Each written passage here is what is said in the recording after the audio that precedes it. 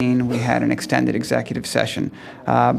Welcome to the May 23rd business meeting of the Radnor Township School Directors. Our first order of business here is the Pledge of Allegiance. I pledge allegiance to the flag of the United States of America and to the republic for which it stands, one nation, under God, indivisible, with liberty and justice for all. As I had just mentioned, we met in executive session this evening as well as on the 9th of May, and we discussed matters of legal import as well as contracts. Report from students. What's happening, guys? Hello. Thank you for having us. We've been pretty busy this May, so I'm looking forward to letting you know. Beginning with academics, the annual Junior Book Awards were given out last Monday night, where 21 students received 26 of these prestigious honors. The award was a certificate, a letter, and a book chosen by Mr. Bechtold that he thinks will interest us. Next, Caroline DeTrolio won a Writing Achievement Award from the National Council of English Teachers. She is the first Radnor student to win the award in 4 years. This prestigious honor is quite the accomplishment. Ending with academics, the past 2 weeks have been a little messy with the Keystone exams. Luckily, I got all mine out of the way, so I didn't need to take any this year, but the schedule is all messed up, but whatever. Minor inconvenience. It all worked out, and I bet everyone did very well. Moving on to extracurriculars, the choral and orchestra concert is tomorrow night at the high school at 7 p.m. The orchestra, Meister Singers, B Sharp, Magicals, and Pro Musica will all perform. Junior prom was held at RHS on May 13th. It was a great time, a little hot in the lobby with everyone packed in, but still pretty fun. Moving on to sports, some sports have moved on to playoffs, but a lot are finishing now. The two lacrosse teams have moved on and are now competing in playoffs, and Peter Cook qualified for the state championship in track. Lastly, the crew teams participated and did very well in the Stotesbury Regatta last weekend. All right, so moving on to the topic of the courtyard. So we have raised about $17,000 for it, and our courtyard dash turned out to be a success. The success of the courtyard community dash played a role in the new sorry, I read the wrong thing. And the numerous donations we got through our website, and development has begun, so hopefully it will be ready for the beginning of next year. So on Thursday, we have Radnor High School's annual Raider Day. Throughout the morning, students will participate in a variety of field day activities, including dodgeball, tennis racket baseball, football, frisbee, and sidewalk chalk. The afternoon will include a student versus faculty softball game and the Mr. Radnor pageant. And the money raised from this event goes to the ABC House. And finally, George May, a junior at RHS, was selected by the United States Marine Corps as one of just 100 students nationwide to participate in the 2017 Battles Won Academy. He was selected due to his success athletically and academically, and his abundance of community service. Thank you so much for having us, and have a great Memorial Day weekend. Thank you both. Can board members participate in the Mr. Radnor contest? Because we might have a few board members who might want to. Okay. I think it's wide open. All right, You'll just get my check. vote. No. Administration may not, but I think board members. Mr. Miller? Can't compete with Chuck's hair.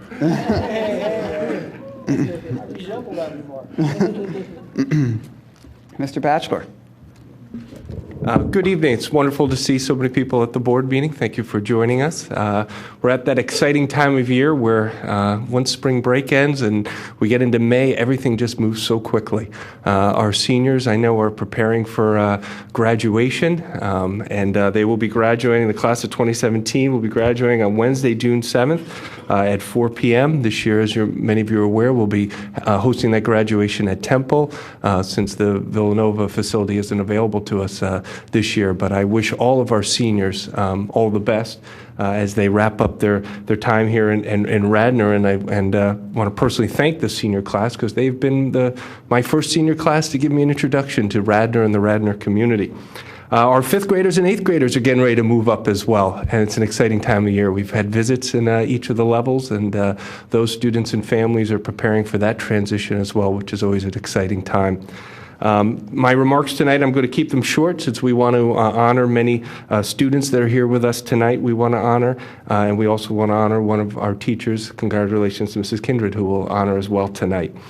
Finally, I want to thank a wide range of organizations and individuals who have donated various goods and services to our schools and district. If you look at the board agenda, you'll see there's an impressive list of which includes nearly $50,000 in donations from our Radnor Educational Foundation. You can see on page 7 and 8 of tonight's agenda. It really does take a community, and the community support from this that is in this district is wonderful. And we thank the Radnor Educational Foundation for all they do. This is also, we will have a board meeting in June, but the school year will have ended by the time we're having that board meeting in June. So I just want to say that we've had a wonderful year with many accomplishments. We could not provide the excellent Radnor education without many people working together for the benefit of our students. Those of you who don't join us in June, but will be here in June, I wish you all a wonderful summer as well. We'll turn it over to for the recognitions. Thank you. So for our first recognition, Mrs. Bonenberger.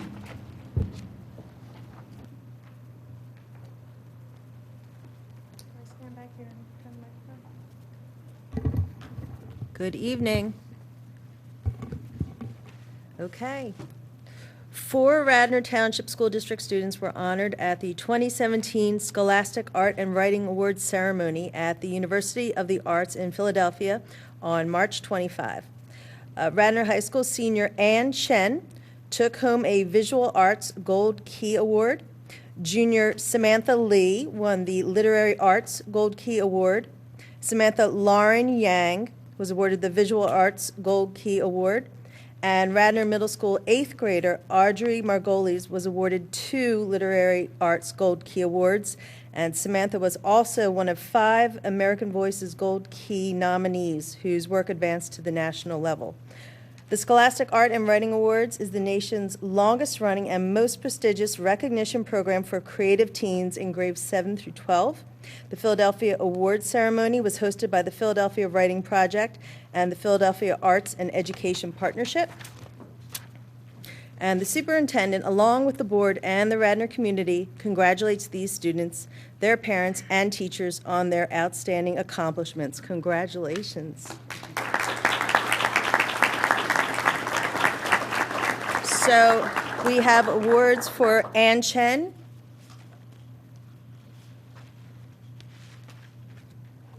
Congratulations, Ann. And Samantha Lee. And Lauren Yang. Congratulations, Lauren. And Audrey Margolis. Congratulations. Good job. Sure, I'd be happy to. Mr. Petiti, we have to move over so the parents can take pictures too.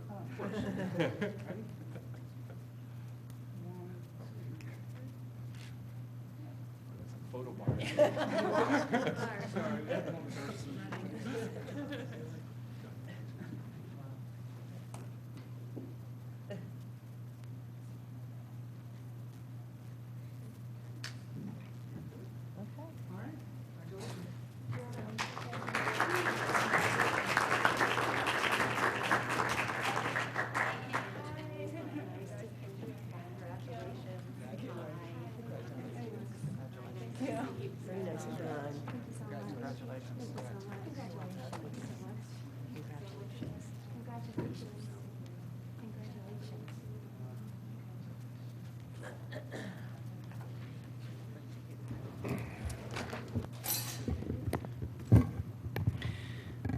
This is my absolutely favorite part of the year, and I wanted to just thank my board members for accommodating me and letting me give this award, because I think this truly speaks to what we do as a district all the way K through 12. 3 seniors were named as 2017 National Merit Scholarship winners. Radnor High School seniors Song-hee Park, Jessica Pevner, and Kale J. Young were recently named 2017 National Merit Scholarship winners out of a pool of more than 15,000 finalists. Are any of those students here? I want to have you come up and I'll read the rest of this. And Jessica? Is she not here? Okay. Jessica and Kale were announced as National Merit $2,500 scholarship winners, and Sang-hee was announced as the winner of a $1,000 Citizens Watch scholarship to be provided annually by the Citizens Watch Company of America. A total of 11 Radnor High School seniors were named semifinalists in this year's competition. Of the 11, 9 were named finalists. Following graduation next year, Sang-hee plans to attend Lafayette College, Jessica to Yale University, and Kale to the University of Michigan. The superintendent, along with the board and the Radnor community, congratulates these students, their parents, and their teachers on their outstanding accomplishments.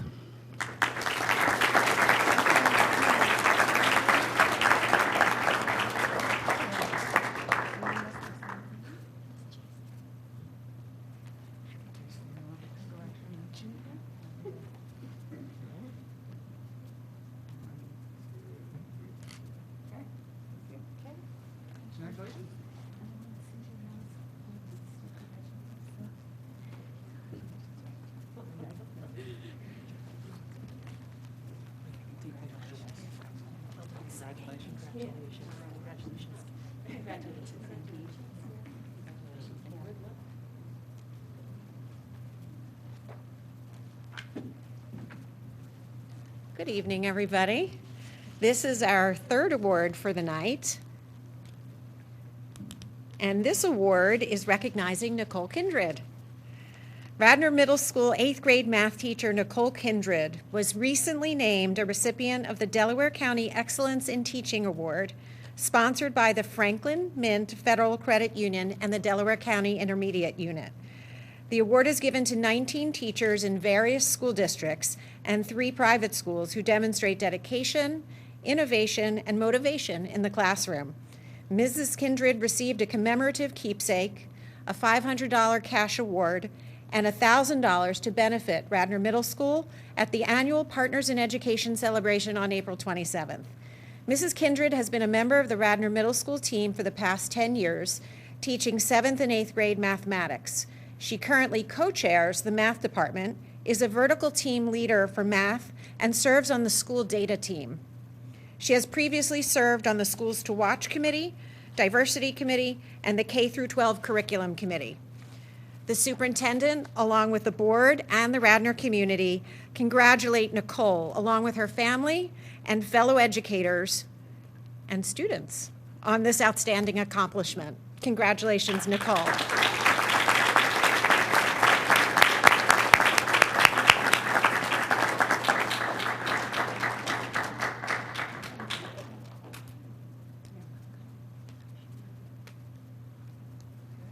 First of all, let me give you the big prize. One more time.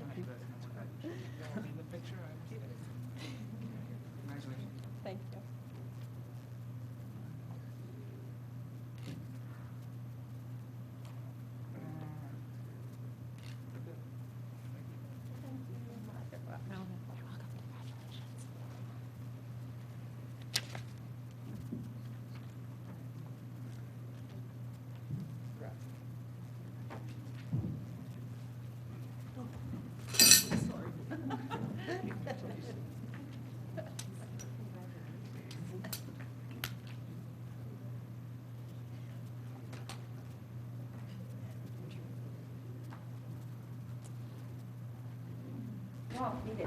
So before our next announcement, I'll just note for all of those, Comcast is not working tonight. So if you're trying to watch from home on Comcast, you have to, you've got to switch to Fios. Go to your neighbors. Let's do these two first. So Fios is working. That's not a joke. I'd actually like to call up Brendan Hung and Jesse Conan.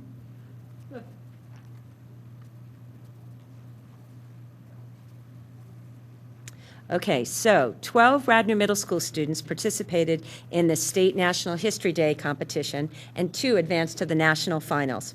12 Radnor Middle School students qualified and participated in Pennsylvania's National History Day competition on May 12th and 13th at Carlisle Area High School. 2 of the participants, 8th graders Brendan Hung and Jesse Conan, earned first and second place respectively in their junior individual exhibit category to qualify for the National History Day finals at the University of Maryland from June 11th to 15th.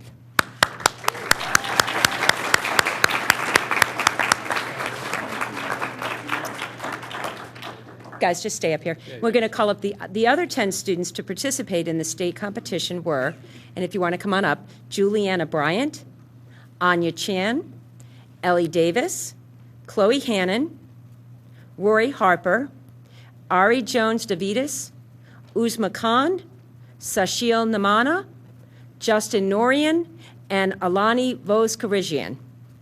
National History Day is a year-long educational program that engages students in grades 6 through 12 in the process of discovery and interpretation of historical topics. Students produce dramatic performances, imaginative exhibits, multimedia documentaries, websites, and research papers based on research related to an annual theme. These projects are then evaluated at local, state, and national competitions. All of this year's participants are enrolled in Mary Caniff, Jay Echternach, Jeff McQuaid, or Emily Morikawa's social studies classes. The superintendent, along with the board and the Radnor community, congratulate Brendan and Jesse, their parents and teachers on this outstanding accomplishment.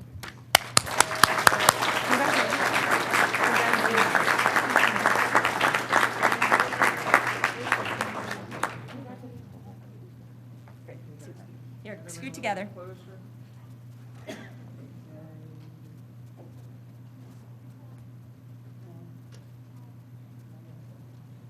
It's a big group.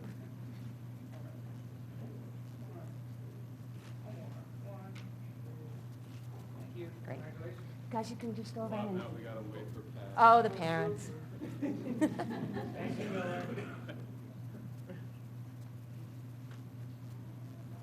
Great job, guys. And if you want to just walk along the board, I'd like to congratulate you. Make a little line. Mike, where are the rest of us? I go to Mike. Okay. To whom? Oh,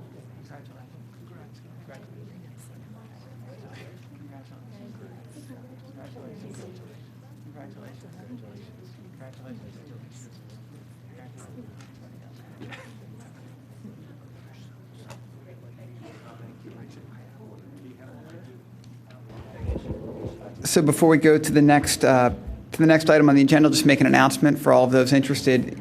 There was a girls' playoff game today in lacrosse earlier, and they won 14-1, so they'll be moving on to the next round. And the boys are presently in the fourth quarter of their game with first quarter just started against Springfield. So if we get a final update on what happens there, we'll be sure to let you know, but that's ongoing, so we'll keep our fingers crossed for them. The next item on the agenda will be a quick update from our solicitor on the Radnor Trail. This is for information purposes.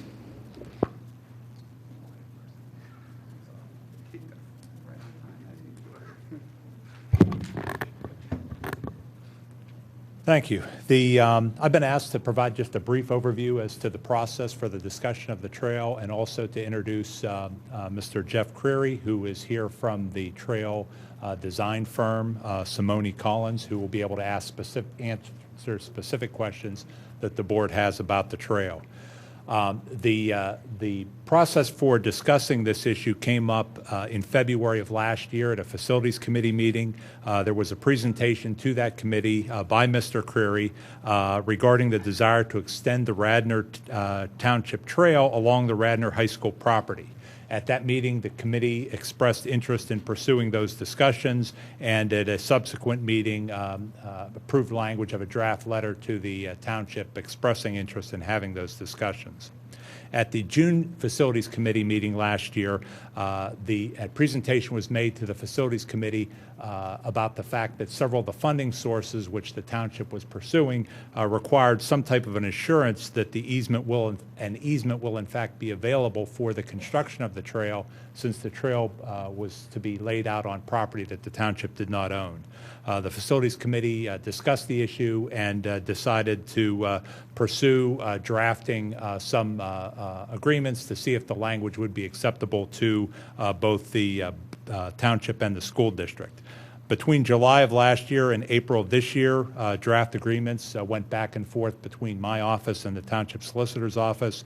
The matter appeared on the Facilities Committee agenda numerous times for updates, and a presentation was made to the committee in March of this year by Stephen Norsini, who is the Director of Public Works for the Township, and Peter Simone, who is a principal in the firm doing the design for the trail. At the April 2017 Facilities Committee meeting, a recommendation was made that the draft documents would first need to be approved by the township before it would come back to the board for consideration and approval.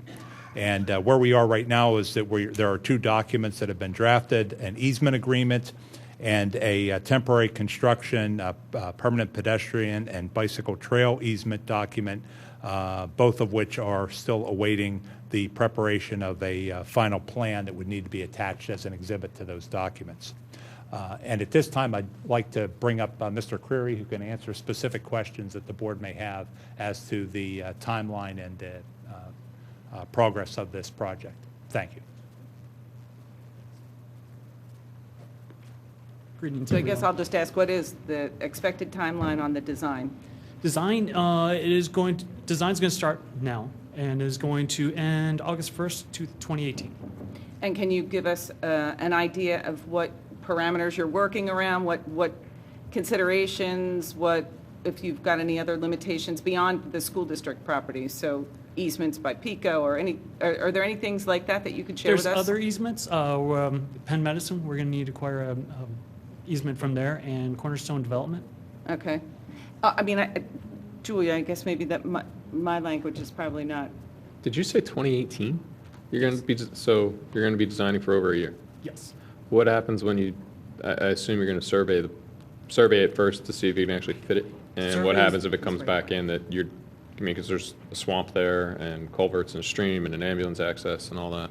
Yeah, we've looked at all that. We've field verified it. Right now, the surveyor is going to hopefully start the survey very shortly and fly it and then draw it. But we've been out there several times. We've been working on the alignment since 2013.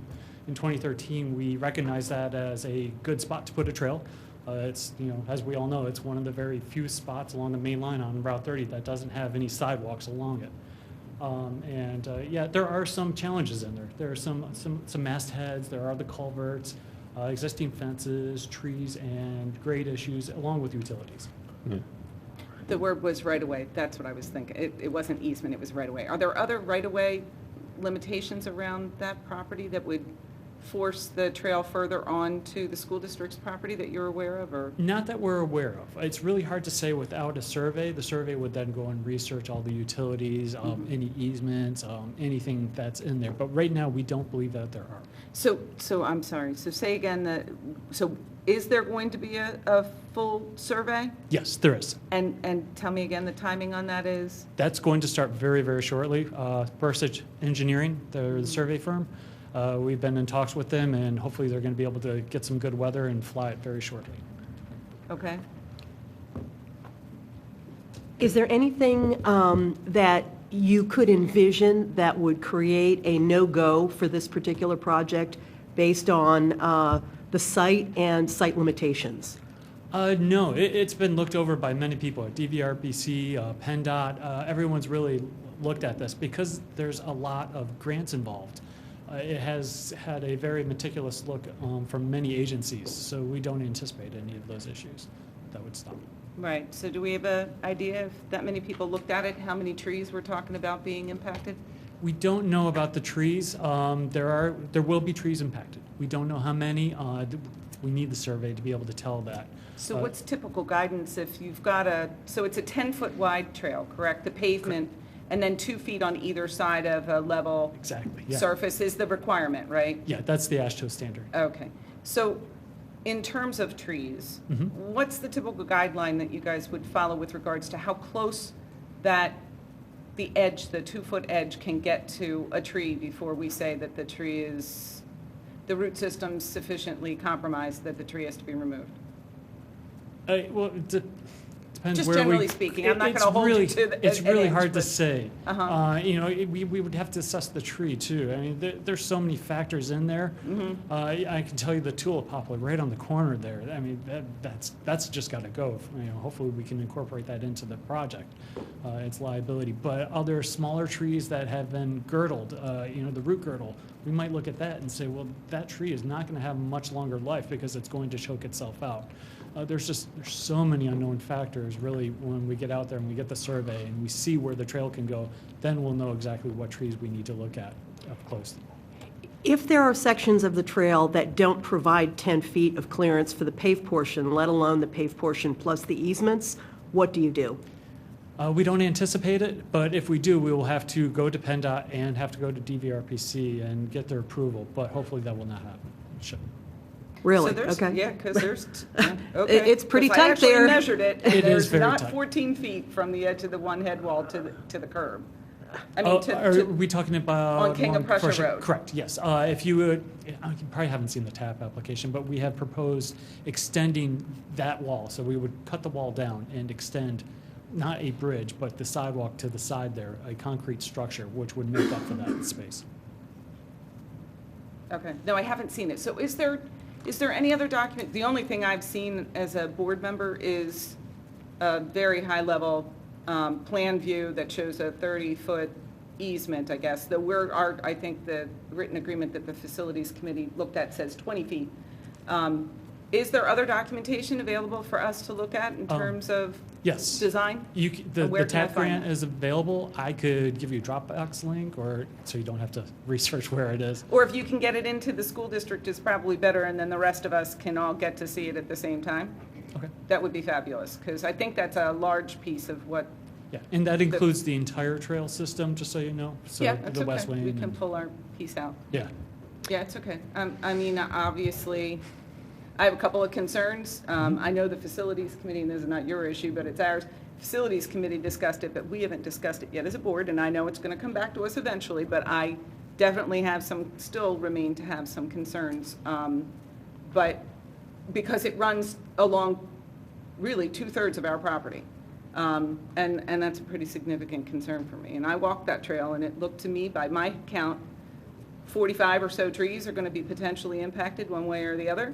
And that's a problem for me. Like, these are just my concerns. And then obviously the other utilities and other head walls and things like that that are going to potentially be impacted. I'm all for nature, but not if it has to cut down that many trees. But we'll wait to see what you guys come back with on your design. That was just my novice approach at it. I'm interested to see what the professionals come back with. Yeah, I feel the same way. Longtime resident Radnor. I love trees. I'm a landscape architect by schooling, and I too agree with you that we would want to keep the greenery of it. Okay, so I guess. Mr. Curry, would you consider, over here. It's okay. Would you consider giving us a guided tour of the trail? Because it's very hard to visualize exactly what's going on when you're seeing a drawing of it versus to walk through it and have our questions asked and answered. Yeah, I definitely can. I live in the township, so I can meet up. Seeing that would be outside of the scope of the project, it'd be great if I could do it later in the day or on weekends, but I can remain flexible. I'm assuming that should happen after your design, or when would be the best time to schedule it? Best time would be after the design, so I can specifically show you exactly where everything's going to go. So with the survey, I'll be able to tell you right down to the foot where it will be. So September. It would be later next year. So we're hoping by August 1st. Oh. Next year. Of 18. Of 18. Yeah. We still have to design. It isn't the quickest thing we can go out there and design. It is a lot of work. All right, thank you. Where does the trail terminate? Where's this it's gonna come along, it's proposed to go along Lancaster, up King of Prussia Road, and then where does it go? And then it's going to go up King of Prussia Road, and it's going to stop there at the corner. At Matson, at Radnor Chester? Yes, correct. Yep. Okay. What we want to do is, we want to connect things, other destinations. So we can get to the Route 100 station. We have better connections to the school, better connections to Penn Medicine, and the other sites along there. So even along where the bus depot is, where our bus depot is? Correct, yes. Is that this is incorporated into part of the plan too, right? Okay. Yes. In the drawing. Yep. Yeah, it's a small drawing. I was just trying to Julia's point, trying to reimagine it. And then where there's sidewalk already, are you just proposing, do you have to rip up the sidewalk and put in a wider trail? Is that the deal? Correct, yes. Okay. All right. Why? To meet design standards. It isn't that we would easily be able to pour another concrete, trail right next to it. It wouldn't be that easy. It would be hard to meet grades. And that's all to get the grant money, right? Correct. That was the beauty of this. Radnor was able to get, $1.7 million of grant monies for this. Okay, so let me just play devil's advocate for half a second. If we wanted to preserve the trail part, or some of these constraints are a result of wanting it to be funded by the grant, right? Correct. So if that weren't the constraint, they could design, you could design it differently. If there was funding, but really the AASHTO standard is key. Radnor Trail is a perfect example. You want to have enough room for someone with a stroller to be able to safely walk along with someone who's riding their bike while talking to someone beside them. Right. You need the space. Okay. All right. I mean, and actually the Radnor Trail is a good example because I know that back in the day when it was, being contemplated, I know there was a lot of concern and. Yes, back in the early 80s. And, reservation, and it's turned out to be, just fabulous. Okay. Thank you so much.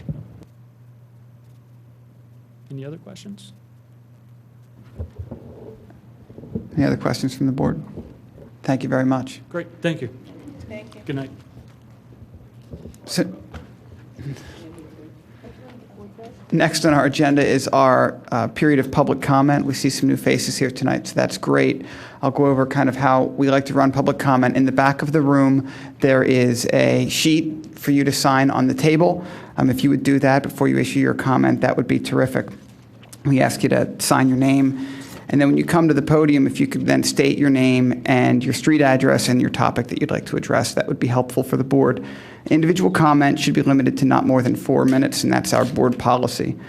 If you're unable to attend this board meeting and you don't have Comcast and you're listening to me, you can email your questions to boardquestions@rtsd.org or in written form to Mr. Michael Petiti, Radnor Township School District, 135 South Wayne Avenue, Wayne, Pennsylvania, 19087.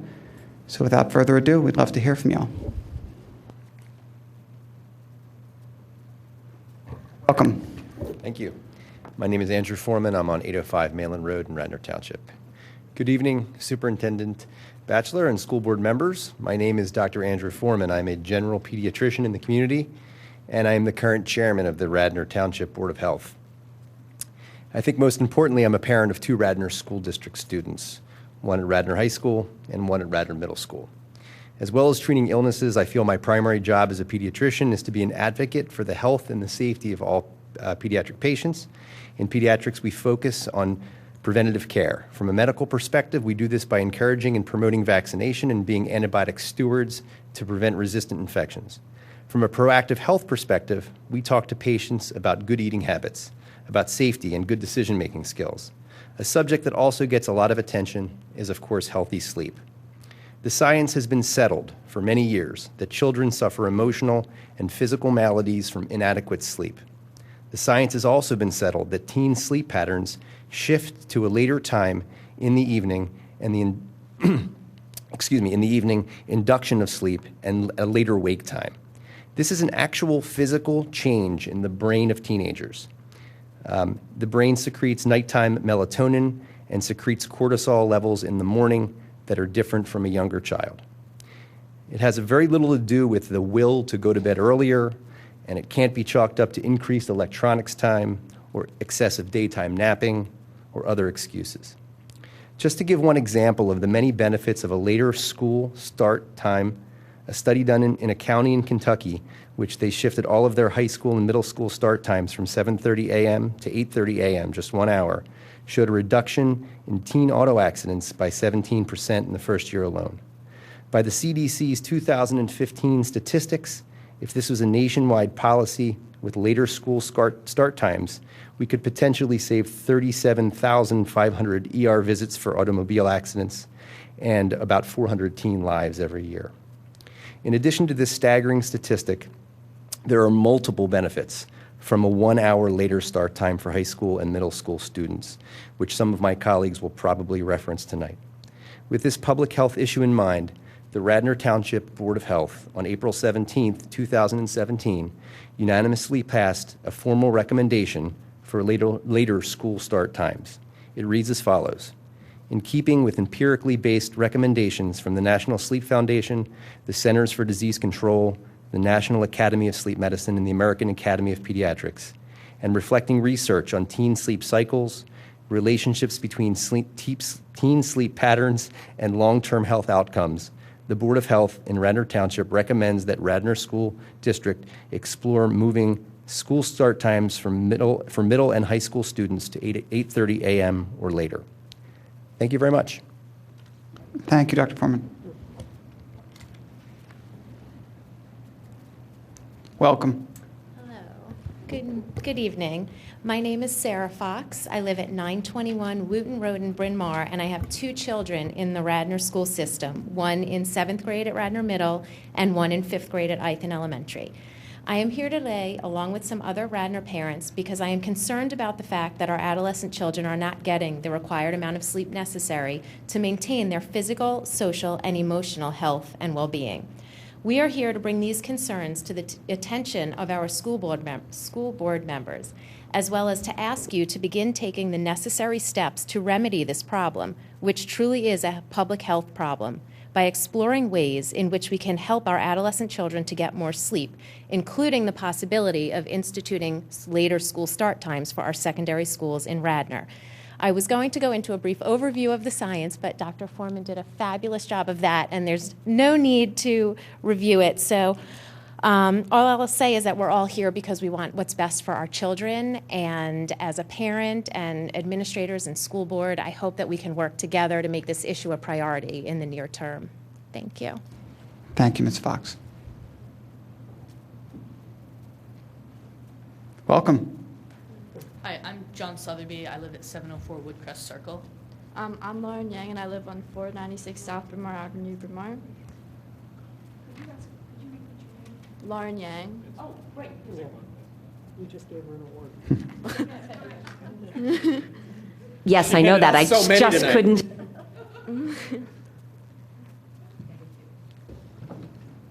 Welcome, guys. So just got a handout, so I'll just.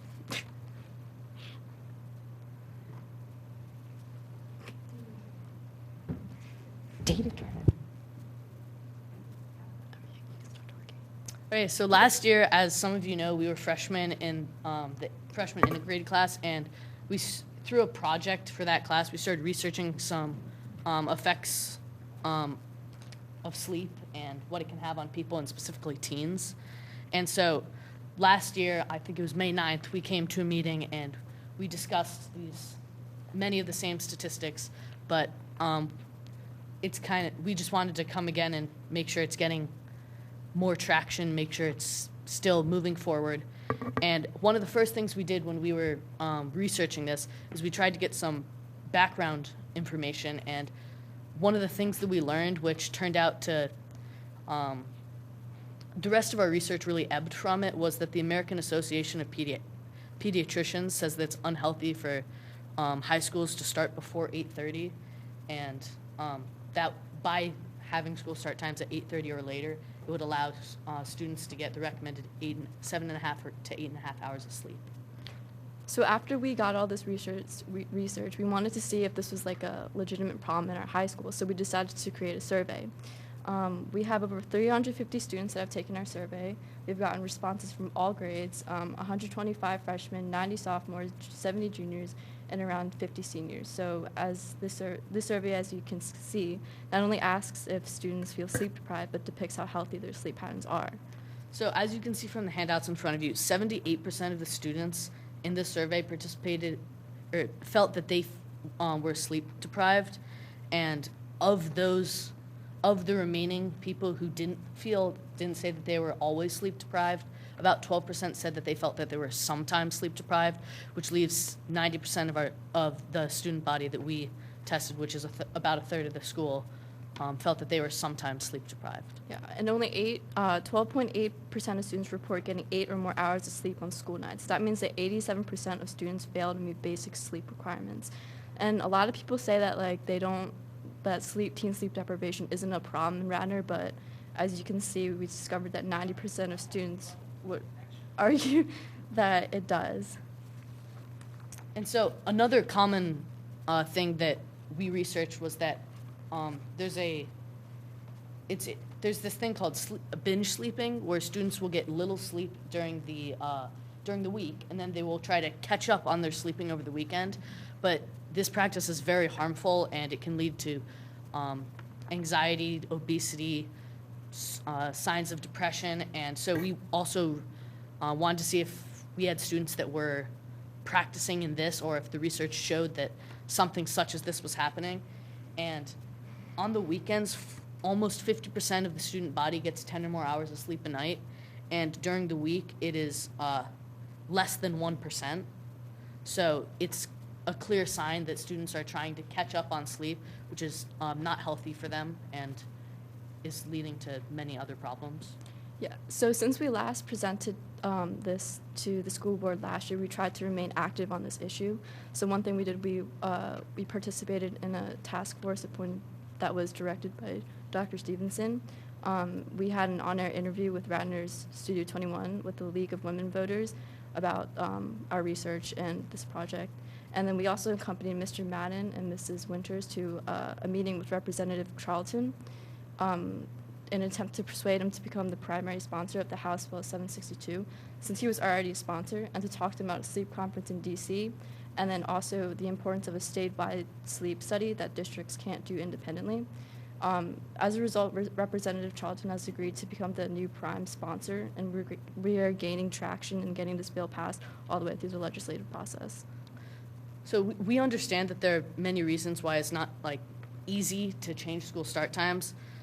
There are obviously issues that involve bus schedules, after-school activities, other logistical concerns that people have, whether they are true or some of them turn out not to be as true as people think. But the good thing is there are so many other schools that have done this already that we can follow in their footsteps. And right now, for some people, this change seems kind of like a stretch, but research shows that through moving back school start times, students will be more focused, healthier, and get better test scores. Thank you. Thank you both very much for that.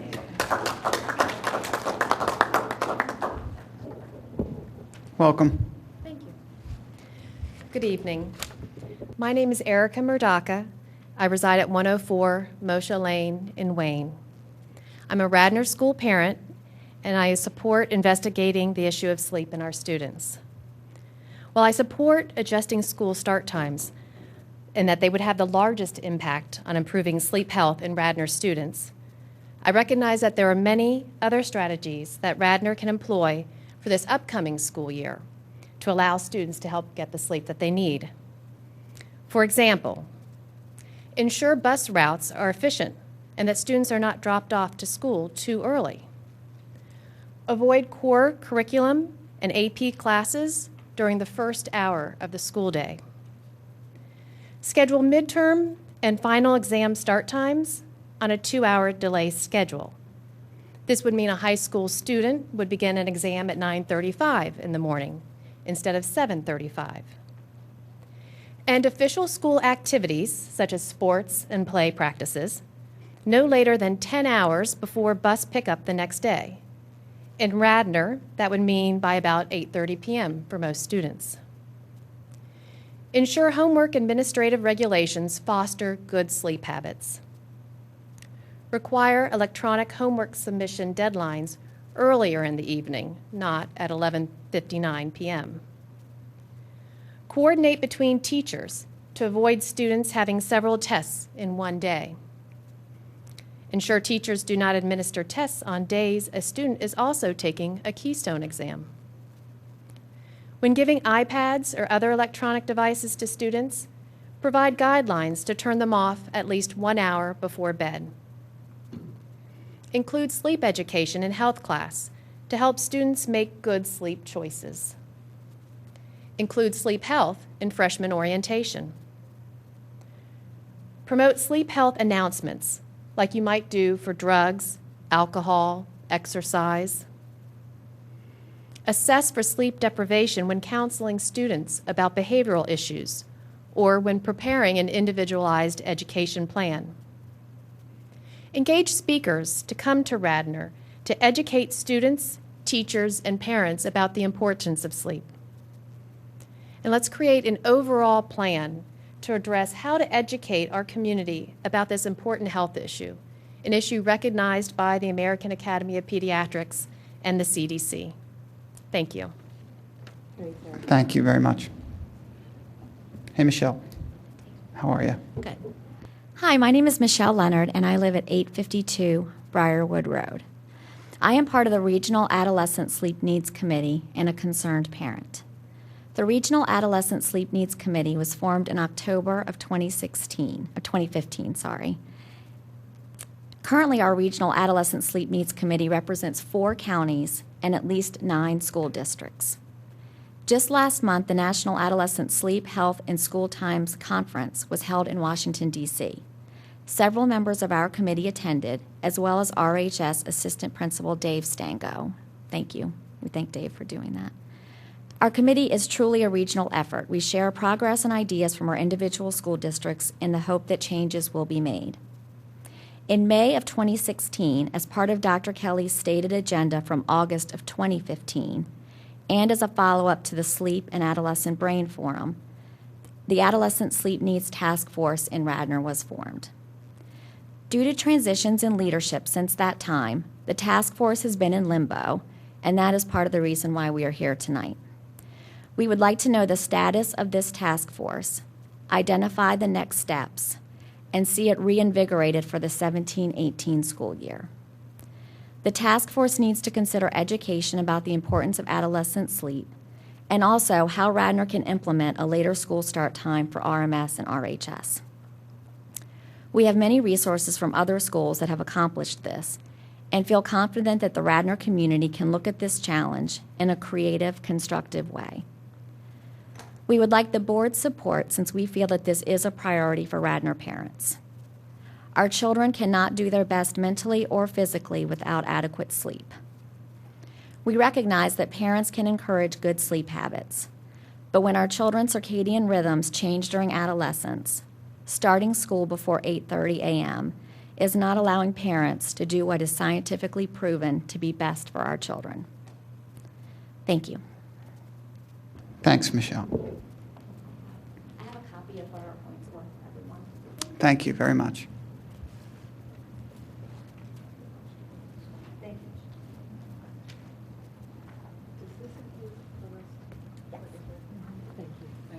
Thanks, Michelle.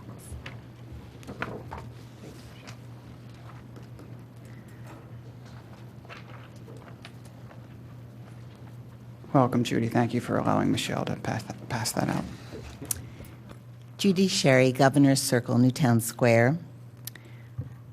Before I start, I'd just like to commend the speakers that have stayed on this topic. Clearly, they are prioritizing it, and especially the students who not only came last year, but are returning a year later and have taken made the effort and taken the time to do a survey of their fellow students. I thought that was very interesting. I learned a lot just by sitting in the audience tonight, so thank you. But on another topic, my first topic is number 6, which is the priority discussion an action item on the general fund budget that's being proposed for next year. Local sources, predominantly homeowners, cover 83% or about $80 million worth of revenue to fund Radnor's $96 million school budget for next year. That's a lot of property tax dollars for a relatively small township. What's the cost per student? Enrollment is projected at 3,770 students. If you divide 3,770 into $96 million, the result is an expenditure of an approximately $25,000 per student. So, you would think that whenever possible, the board would follow its newly adopted policy of recognizing the value of public comment and encouraging public participation regarding this budget. However, that's not the case, and here's an example. On April 25th, the entire board, under the leadership of Mr. Falcone, held a budget workshop right before the board business meeting to discuss very important topics for parents and taxpayers like staffing, class size, and enrollment. Because Mr. Falcone labeled this a workshop instead of a meeting, he once again found a loophole to eliminate public participation both at the beginning and the end of this meeting. There was no difference between this so-called workshop and a board meeting, except the term workshop was used as an excuse to silence the public. There were a number of serious issues addressed at the workshop, including the fact that core middle school classes like math and language arts were bursting at the seams this year and not following recommended guidelines for a number of students. Public comment should have been welcomed, not excluded. Also, Mr. Falcone decided not to air the workshop live, despite the fact that the business meeting that followed was televised live. So, Mrs. Sherry, I had absolutely no control over what was aired that evening, so please keep your comments to facts. Thanks. You're the president of the board, Mr. Falcone. My expectation is when you're running a meeting, Thank you. We can continue with your comment. You're running Thank you. the meeting, and it is public comment time. So my Thank you. expectation, again, is that you're the I appreciate president. your expectation. Please continue with your comment. Keep your comments to facts, please. Thanks. I am keeping my comments to the facts as I know them. Thank you.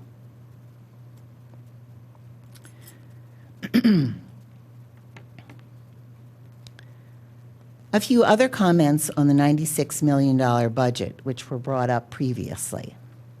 How can you approve a budget and salaries with an outdated administrative organizational chart that doesn't accurately reflect current positions or responsibilities?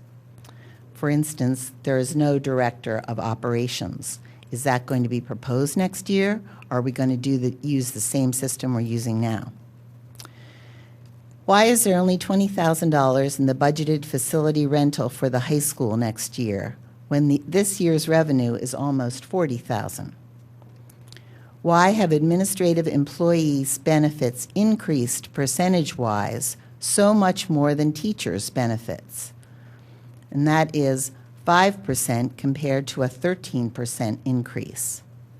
And by the way, staff support benefits were minus 2%. So what's the explanation?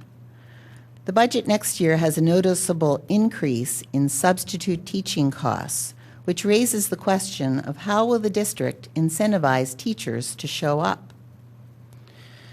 What's the comparison between full and half-day kindergarten expenses? How does the board justify investing in real estate by continuing to own 2 residential properties on Roberts Road bought 15 years ago for a driveway to a middle school that was built in Wayne, when it has expressed no public intention of using them for educational purposes? And my last 3 brief comments are about other items on the agenda. Number 11. If the board continues with using Michael Hanlon for legal services at $325 per hour, what was the total he was paid last year for his services? How many hours did he bill? Because knowing he's only charging $325 is really only part of the story.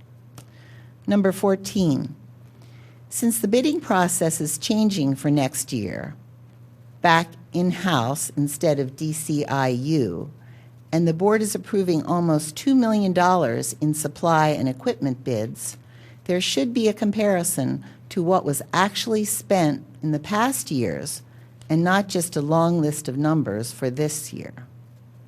And finally, what are the terms or increases in the collective bargaining 4-year agreement that are up for approval tonight with the cafeteria and custodial workers? And how will it impact next year and future years' budget? I think it's really important that if you're going to approve a contract, that you enable people to have a chance to comment on the contract, because there may be people that feel it should be more of a raise for this particular group, or some people that see other issues with it. But nobody can really comment on it if it's not available. So there are my comments tonight. And thank you. Thank you.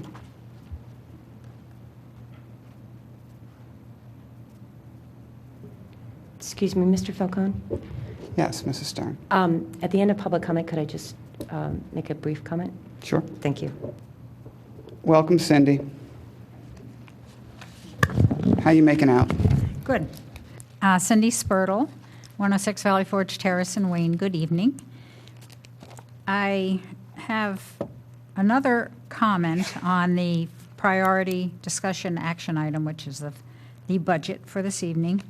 I too agree that it would have been nice, having served on a subcommittee for public participation, that there be time for public participation during the workshop. The public has a lot of good input. As we saw tonight, I want to thank all of those so concerned about the sleep of the high school students, and especially also the comments made by the students and the survey that they ran again this year and their concern. One quick question on the expenditures, and again, it goes along the line of what Ms. Sherry had just brought up, but I had a question on the budget line for administrative services and the cost of $5,839,000 change. And the question is, the position of Director of Operations this year has been shared by 2 individuals, Todd Stitzler and Michelle Deco, and whether or not they were going to evaluate to see how that went this year, whether that's included in the final budget that's being proposed and being voted on this evening, since the final discussions went on behind closed doors. I understand there are contracts that are discussed at that time also. On the approval of minutes, we're going back to minutes again, and this is a comment that I made in the meeting last month. And the individuals who sit and listen to us talking and record these comments that we make do an excellent job. But there was one comment that I made last month at the business meeting, and that was my concern for a new student activity that was being asked for in the high school, and that was for a Black Student Union group. And my concern was that they were concerned for a safe environment to be able to discuss any problems or issues that came up. And that was a concern of mine, and the word black was left off of my comments, and I would like it to be inserted. It is important. I disagree with a comment that was made last month that you go down a slippery slope if we start changing the minutes based on what the public states, but if the public finds a concern or a mistake in the minutes, it should be corrected because the minutes should be accurate. Then going through to item number 14, approve and the award for the bid supplies. I had just one question, and that was on the Washington Music Center and the dollar amount of $51,000. Is that where the musical instruments are rented and/or purchased was my question. Agenda item number 15, request to dispose of books, obsolete equipment, and supplies. This appears just about every month. And the question is, does the district have a budget? Do they plan on receiving any monies for this? If what exactly has happened to all of these books and equipment, et cetera, and supplies over the past years? Is there a record?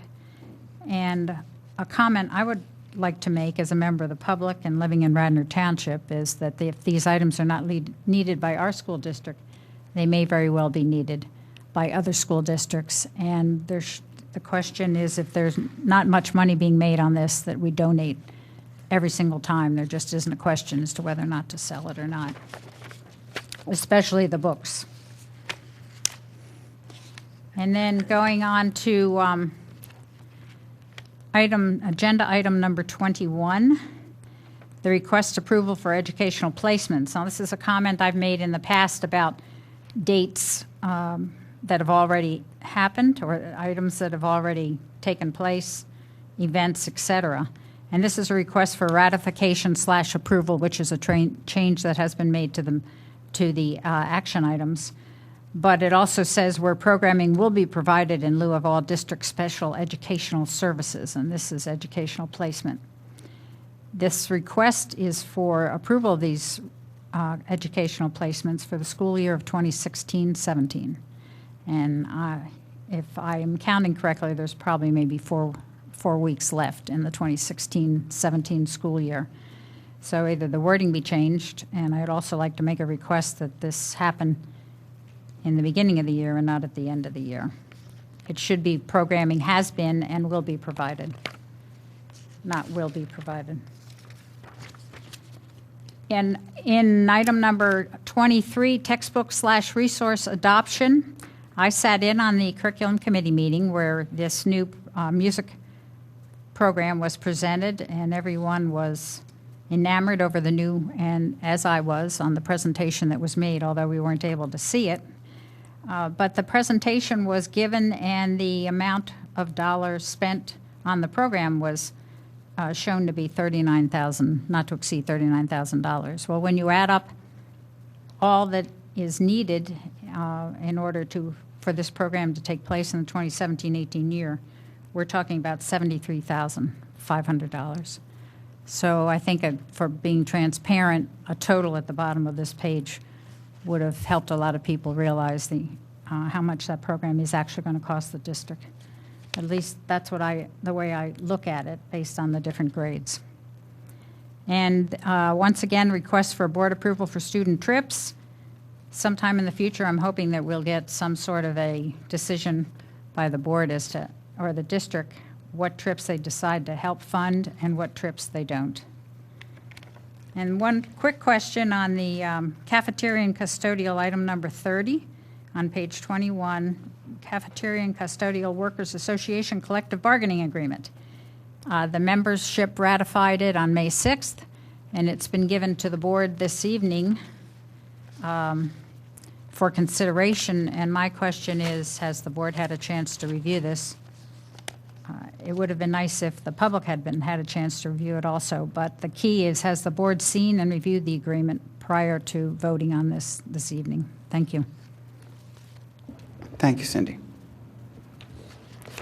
Any other public comment? I'd like to thank the folks that came out for the sleep forum comments. You were very well organized. I thought the presentation was very informative, and we appreciate that type of information, and we will certainly consider it. So thank you all.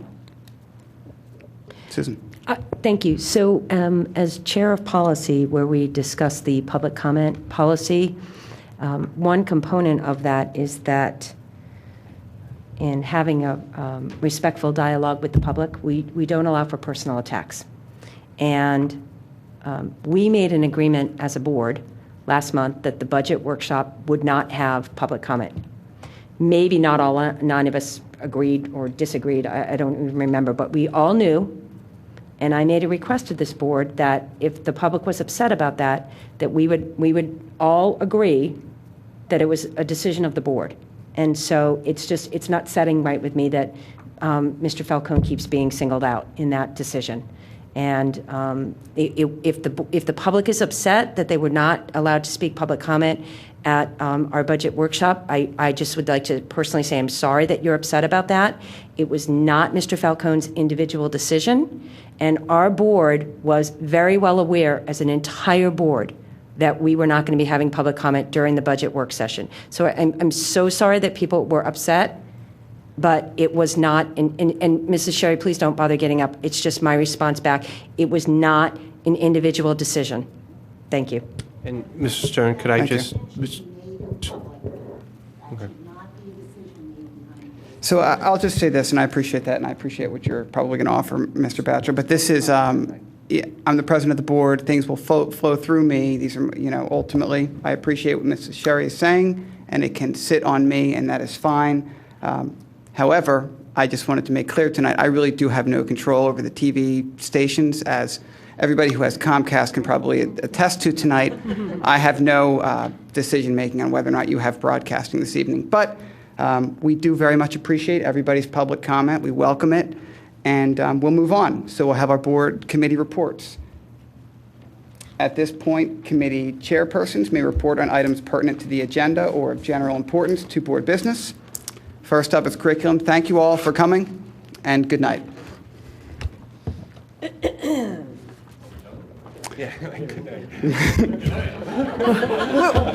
Where's everybody going? And with that, they're done. Mike wants some sleep. Honestly. All right. The Curriculum Committee met on May 9th, and we had 3 items on the agenda, one of which is up for vote this evening, and that is the textbook and resource adoption for the music curriculum, which was brought up by Mrs. Spurtle in public comment. It is, as she indicated, an exciting and very interesting program, so much so that it is giving me cause to wonder how anyone learned music until this came available. But I think our students from kindergarten through 7th grade will really enjoy it, and I look forward to a vote of accepting it. I think it is to be recommended.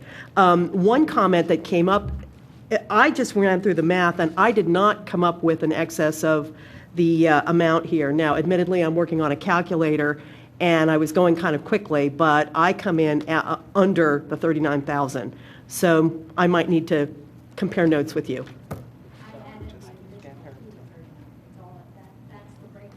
I believe so, yeah. Yeah, thank you. All right. Oh, Maureen, do you have an? Yes, it is correct. Actually, we just put the PO together today. It's 37,000. Okay, right. That's close to what I came up with. Thank you.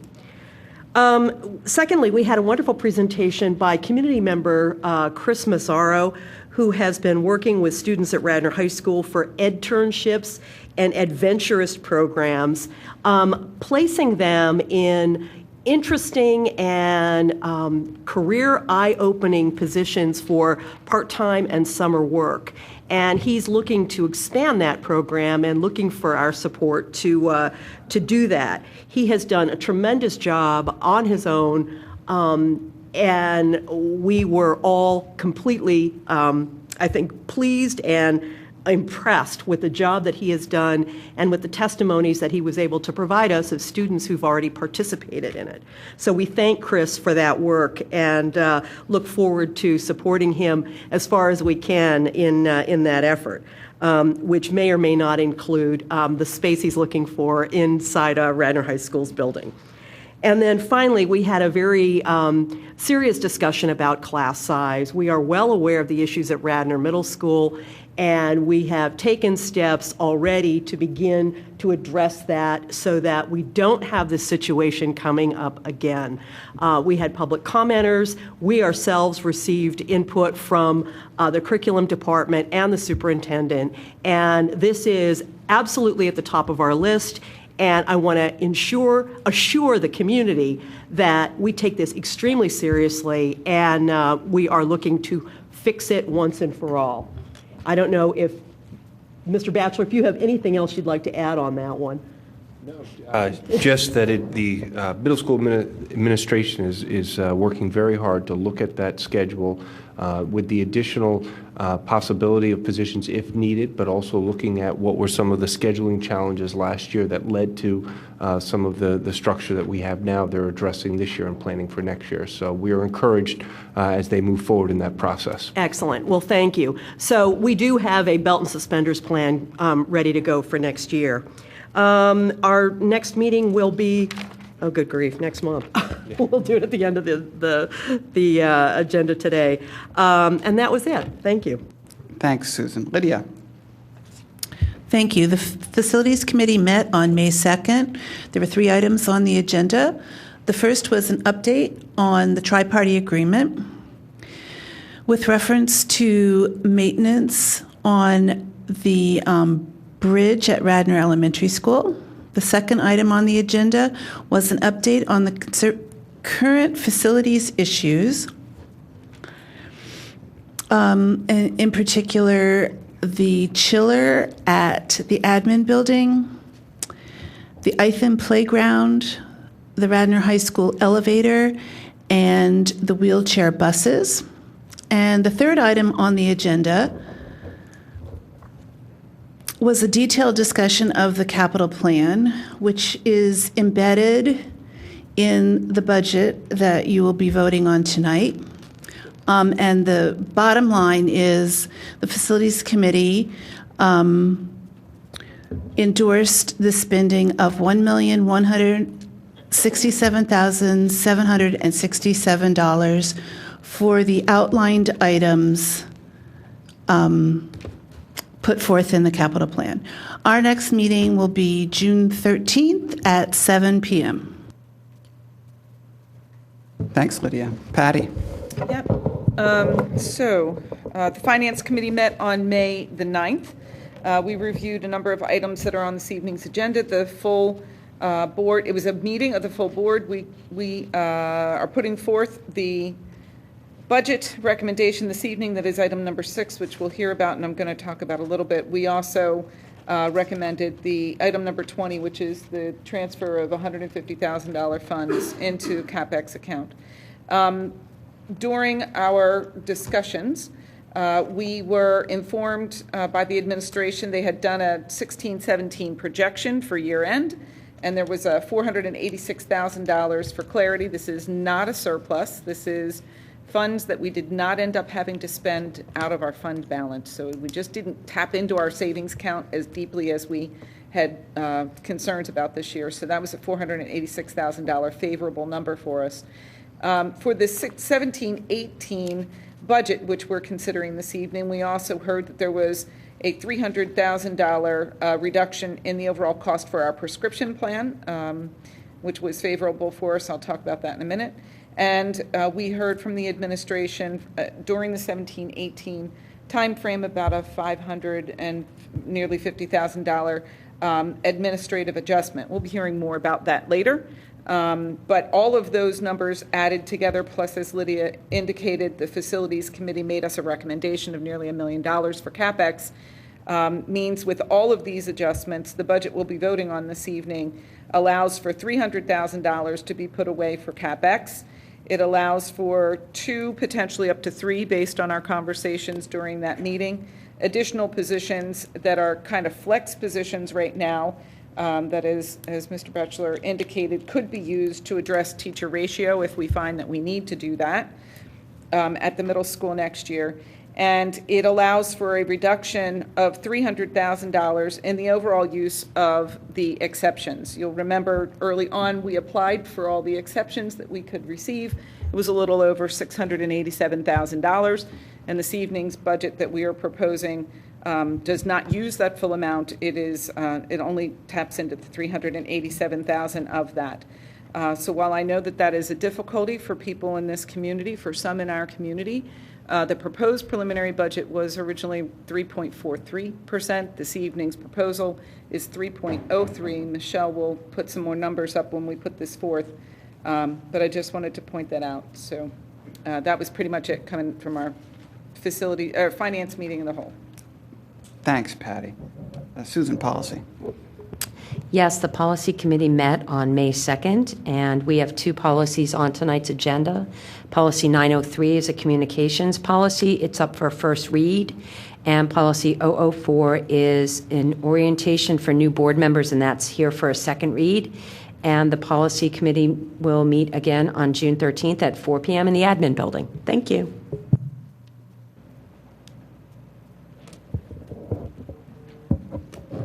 Thank you. GRCC.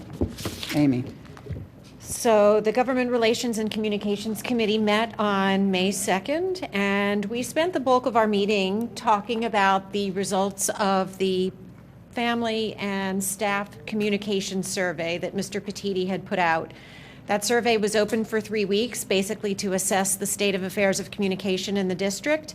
And he received 439 responses from parents and 198 responses from staff members, which is a very hearty response with lots and lots of very instructive comments that came along with those surveys that he is already attending to in terms of how we approach our communication on a day in and day out basis. And also, they will help, those comments and survey results will help inform the development of the communication policy that's before us tonight for a first read. So we spent the bulk of the meeting going over that, and as is our custom, we spent the remaining portion of the meeting discussing some hot education legislation topics. Obviously, most people know that there are tons of bills that are introduced in every given year, but we try to highlight those that are a little bit on the move. You're never sure if it's going to make its way through the long and winding legislative journey, but because they have to do with education legislation, we try to highlight some of those that have direct impact potentially on our district and seem to have a fair amount of media attention and momentum behind them. So what we talked about were, in particular, a little bit about House Bill 97. We were pretty pressed for time, so we didn't delve into this as much as we would have liked. But most of you have heard about that. It's the charter school reform bill, the long-awaited way of addressing inequities between public schools and charter schools in terms of funding, accountability, et cetera. And we also very briefly touched on Senate Bill 383, which would be a revision to the school code that, if it were to become law, it has passed out of the Senate Education Committee at this point. It would allow school districts to make the decision about whether or not they would allow their school staff to carry firearms in the name of better protection of students. But the thing that I think that we spend the most time discussing, I'm going to turn over to my colleague, Mr. Madden here, is a press conference that was held the same day that we were meeting. A bipartisan group of state legislators were speaking out about a subject near and dear to this board's heart for some time. So I'll turn it over to you to share the details, Mr. Madden. Thank you. But before I go to that, I do want to talk about the firearms that came up during our meeting. My personal opinion on this, I shared because I am a retired classroom teacher, and I do not believe that it would be appropriate to have firearms to arm our teachers in our school district. And I expressed that feeling or belief at our meeting. So I just wanted to get that out there. We did discuss. And we're not arming board members either. No, we're not arming anybody at this point. But I did want to make sure people understand that not only do we discuss issues that are coming up, but we do give our opinions and our beliefs about where we feel we should come down on that. And that said, we have been fighting against the Keystone exams being attached to the graduation of our students for years. We actually put some testimony together in front of the Senate Education Committee and explained to them that, as Ms. Sherry pointed out, close to 90% of our tax base revenue comes from our local people. The local people in Radnor, the Radnor School Board, should be the ones who dictate what it takes to graduate from Radnor High School, not the state, not the federal government. It falls on local control, which would be why we run, why we're elected, why we try to provide the best education we can for our kids. That said, right now, the momentum is here. The momentum is building. I want to put my glasses on to make sure I'll read this properly because it's very exciting. Momentum is building in the Pennsylvania legislature to drive a stake through the heart of a controversial state law now set in to take effect in 2018, I think. 19? It's class of 2019. okay. It's cut off on my little paper here. I'll sit next to you. Okay. School students have to pass the Keystone or an approved alternative to graduate. Okay, so that moving forward is good news for us. There are some other things that they would also like to make some reforms on. One is bar public schools from buying prep tests to predict a student's ability to succeed on the state exams. So we don't think it's proper to buy students a prep test so they can take the test so that the state can say whether they graduate or not when we're the people who should do that. And there's a couple other things, but I think I'll leave those go because some of them I don't believe in. Oh, okay. So I'm not going to promote them by getting into that piece. These are the ones you haven't covered yet. Okay. This is the one that I would agree with wholeheartedly, that we need to allow school districts, not the state, to decide if passing the Keystone exam should be a graduation requirement. There are school districts out there who actually have promoted and continue to use the Keystone exams as part of a graduation requirement. We, in the past, have been asked to give our opinion upon that. My opinion, and I don't know whether you share this with me, but I think you do. Generally, I do. Generally, she does, is not to promote that. So we didn't get involved with that, but I would defend the right of a school board to make that decision.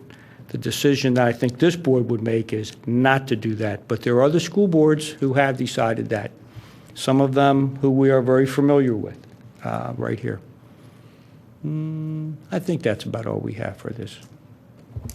The only other thing that we do have that's coming out, and it is another one of those House bills, House Bill 1213, and it would restrict the ability for school districts to challenge assessments, property assessments, and it could cost millions of dollars to different school districts. Those are the things that we want to be on the ball about, and further information will be coming to you via our website to see what we want to do for that. Thank you. I'd just like to add, given that our teacher rep to our committee is in the room, is that our June meeting will not take place as originally scheduled because it conflicts with 8th grade the moving up ceremony. So just wanted to make sure. Now we only have one more person on our committee to let know, but it was too convenient to pass up. Fabulous. Okay, thank you. Thank you, guys. Thank you very much. So next we will move to our priority discussion action item, and that is the general fund budget adoption for fiscal year 2017-2018. Yeah, I think Michelle just has a quick summary overview that she's going to provide while she's coming up. As I indicated, we had reviewed this as a group of the whole. Do you want to review it, Patty, and then I will do the presentation? Oh, no, just go ahead. I think I hit the highlights during my... I do not have it for the television. I put it in my PowerPoint last year and it got very, very small and you couldn't read it. So I just pulled it up from the website and I want to pull up my PowerPoint too. I just have a few slides that we can go over.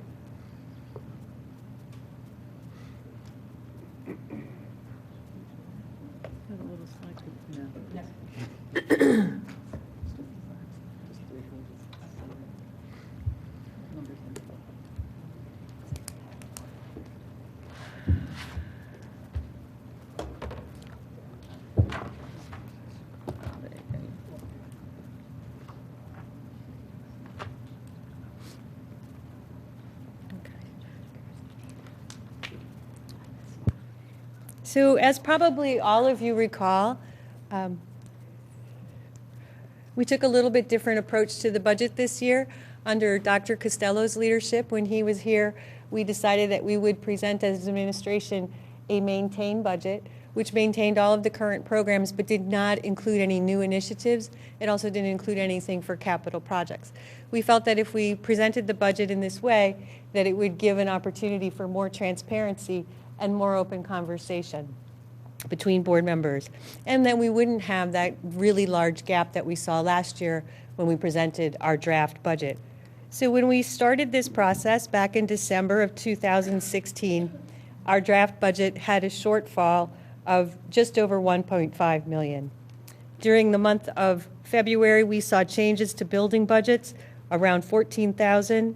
We saw changes to the DCIU operating budget, reductions of just under $20,000. And we saw gasoline and fuel based on our bids that we did come in just $35,000 less than anticipated. We also saw the DCIU operating budget increase by $6,600. We saw our state subsidy increase by $43,000. We saw our Act 1 exceptions. They were approved at $687,000. We utilized $676,000. That was in March. And we also had special ed reductions of just under $16,000. In April, we saw additional curriculum reductions of $40,000. Early dismissal transportation resulted in a reduction of $21,000. Our second look medical rate, $78,000 in reductions. Stormwater management fees, $4,000. And water and sewage, $530. We also utilized $490,110 of our retirement escrow, and we had an additional reduction, as Mrs. Booker mentioned, of $300,003 for our prescription coverage, and we also applied that to our Act 1 exceptions.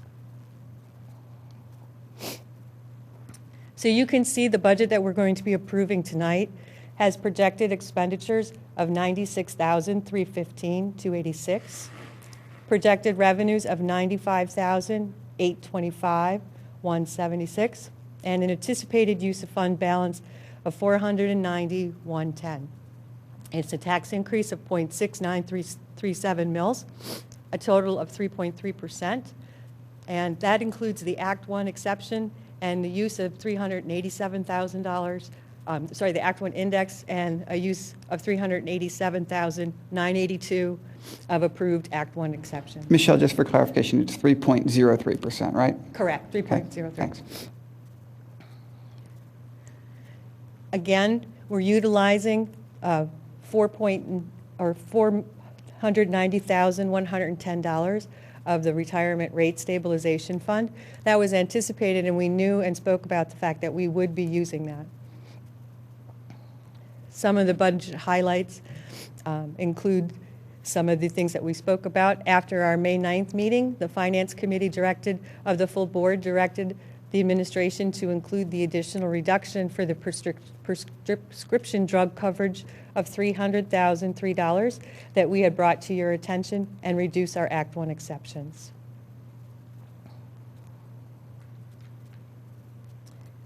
So a general overview, you can see where our budget started, the draft budget with our expenditures and our revenues back in December of 2016. Our proposed, we had approved on April 25th. We had additional changes, so we had a shortfall when we approved that budget of $321,568 in reductions for expenditures and an increase of $721,001 for our proposed revenues. Our final budget includes that one additional reduction for the Act 1 exceptions and the health care coverage for prescription drugs of $300,003. So I want to address some of the comments that were brought up during public comment. There was a question about the revenue at the high school having a budget of $20,000 when approximately $40,000 had been received to date. We did review that revenue. There were some rentals that we had done at the high school this year that will not occur next year, or will move to a different building. So that budgeted revenue of $20,000, we believe reflects the accurate amount that should be in the budget. There was also a comment about support services having a smaller increase than a lot of the other areas, which was 4.51%. What you have to keep in mind is that does not represent our support staff. That represents support services in the accounting manual, which is support services to the educational program. That could include library, guidance, all kinds of things. It includes some teachers' salaries. It includes some support staff salaries. So it's not representative of our support staff only. The same with administrative services. That doesn't represent administrators. Administrators can be in a variety of places in the budget. Administrative services represents the office of the principal, HR, superintendent, school board. So it does not represent solely administrators. It can also contain costs for administrative salaries as well as support staff salaries. And regular education and special education is not the only place that we see teacher salaries. So when you look at this summary report that you have in front of you, it's impossible to make an assumption about how much each one of those various groups, healthcare coverages or benefit costs, went up. Every group's coverage went up approximately the same amount. Some support groups or some Act 93 groups have some different types of benefits that other groups don't have. But overall, we all have the same health care coverage. We all basically have the same prescription coverage. We all basically have the same dental coverage. It all went up about the same amount of money. So, Michelle, one other item, and you may or may not be able to address it right now, but item number 14 related to the supplies and our discontinuation of the agreement with DCIU and the consortium. Can you just speak to that generally? Yeah, I sure can. When Mr. Vail was here previously, he had already been starting to bring these bids back into the district. He felt that we got much better pricing than we were getting with DCIU, and we had better control over the quality of the items that we were purchasing. So we've been doing this at least a minimum of 4 years, probably even longer than that. We do always look at the DCIU bids when they come in to see if we might want to consider going back with them in the future. One area could possibly be copy paper. Copy paper, we buy a lot of copy paper. We buy almost $55,000 worth of copy paper a year, if you can believe that. But the consortium is buying a lot more copy paper than that. So this last year, our prices were better than what the DCIU is. I think we'll continue to do our own bid as opposed to going with them. If their pricing was better, we certainly would look to join them. We do join them for things such as utilities. We do our bid through them. All of our propane and diesel fuel and gasoline is all done through the DCIU. But for supplies, we find that we get better prices. In regards to the music bid, Washington Music Center, that is not rental instruments. We run our own musical rental instrument program. We run that through Fund 13, which is all, it's not part of taxpayers' dollars. Students rent musical instruments. We deposit it into Fund 13. If we need to do repairs or replacement musical instruments, it comes out of Fund 13. It never touches Fund 10. That is a self-sufficient program. This is for the musical instruments that we use in the district. We have a musical instrument replacement plan. Dr. McQuiggan can speak to that in a lot more detail. We've worked on that plan for a number of years so that each year we're purchasing roughly the same amount of musical instruments as opposed to having to purchase 100,000 at once. So that was one of the things that Maureen has worked really diligently on with Jim Kearney. I think it was after she had to buy a couple $100,000 worth of band uniforms. So it's something that we really work hard to make sure that we continue to keep that cycle going. Michelle, I have a question. So at the budget workshop, you had the buckets, and the buckets, yeah. So, and the way that the budget is presented in tonight's agenda is, this is really the only time of year that we see it in this kind of this fashion. The one page. Yeah, the one-page thing. So, what's the budgetary reserve? First of all, where's the money that were the buckets? Because it was about $500,000, $486,000 that we are. I know we're doing it as budget transfers. Is that what this budgetary reserves of 576 is? You won't actually see it on this document, because what we're going to do is we're going to be approving a budgetary transfer before the end of June. So out of the 16-17 budget year, we're going to transfer $150,000 over to capital.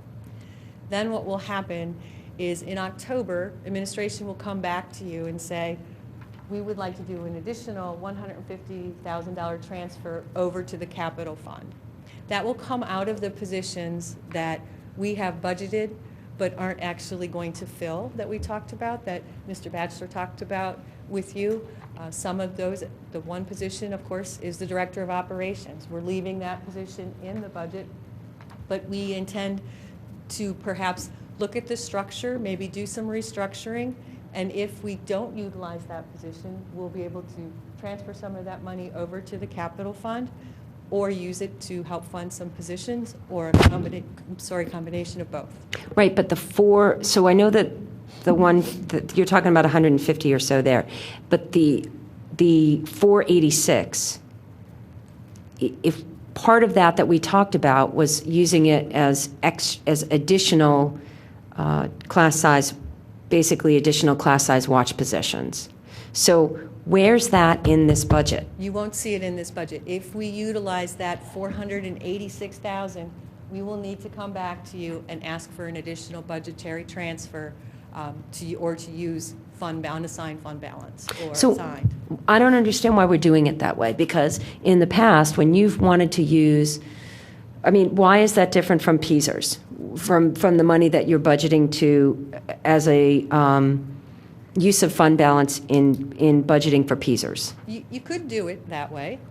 The reason we're not doing it that way this year is because in our budgetary reserve, the very last line, that $576,000, we know that we have some watch positions that are going to be vacant come the beginning of the school year or the end of this school year, and we have 2 additional positions for enrollment. When we presented to you the information on the class size at the middle school, we said we needed some more time to look at the class size and look at the schedule. And we weren't sure if we were going to need to have more positions than what we had in the contingency.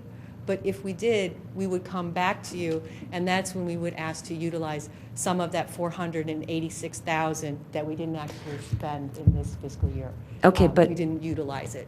I'm trying to understand how this is different, because last year this was a very robust conversation trying to allocate some teacher positions for class sizes, and because some of us thought that we were, cutting back too many teachers and positions and all of that. And it was a very, I'll just say robust conversation. And it seems like just magically we're doing it very differently this year. And it sounds like we could have done this last year, but for some reason, last year it wasn't okay to do it this way, but this year it is, and I'm not understanding the difference. I don't think we're doing it much differently than we did it last year. I think it appears differently because of the approach that we took to the budget this year. I appreciate the approach to the budget. We are talking about using $486,000 this year of fund balance to use for capital and to hold for watch positions for teachers for class size. And last year, when we wanted to use, maybe $200,000, $300,000, I forget, it was less than $486,000. This board screamed up and down, no, we couldn't do that. The majority of this board, hang on, let me finish. So and we even had a very, philosophical discussion about what to do with some potential money that might have been coming in from a tax assessment, and was it going to get booked in, the last year or this year, and it had to do with when it was coming, and we couldn't use that money. We couldn't even earmark that money last year for teachers. But now this year, it's just going to be a budget transfer, and you're going to come to us in October if you need it, and we're going to let you have $486,000 from fund balance. And I don't understand what's different. There's 2 transfers that are going to occur. One is going to be coming out of the 16-17 year, and it's going to be part of that $486,000. That's that $150,000. The $150,000 that we're going to come back to you and ask for you to transfer in October is actually coming out of this budgetary reserve, this 576. That's where that's coming out of. That depends, though, of course, on what happens with staffing at the elementary level, based on class size, and what happens at the middle school level based on the schedule. We do know that we have a number of positions, but basically we're doing the same thing that we did last year. If we need more than what we have budgeted and that contingency, we're going to come back to you and say, we want to use a portion of that 486 to fund perhaps 2 additional positions or whatever that number is.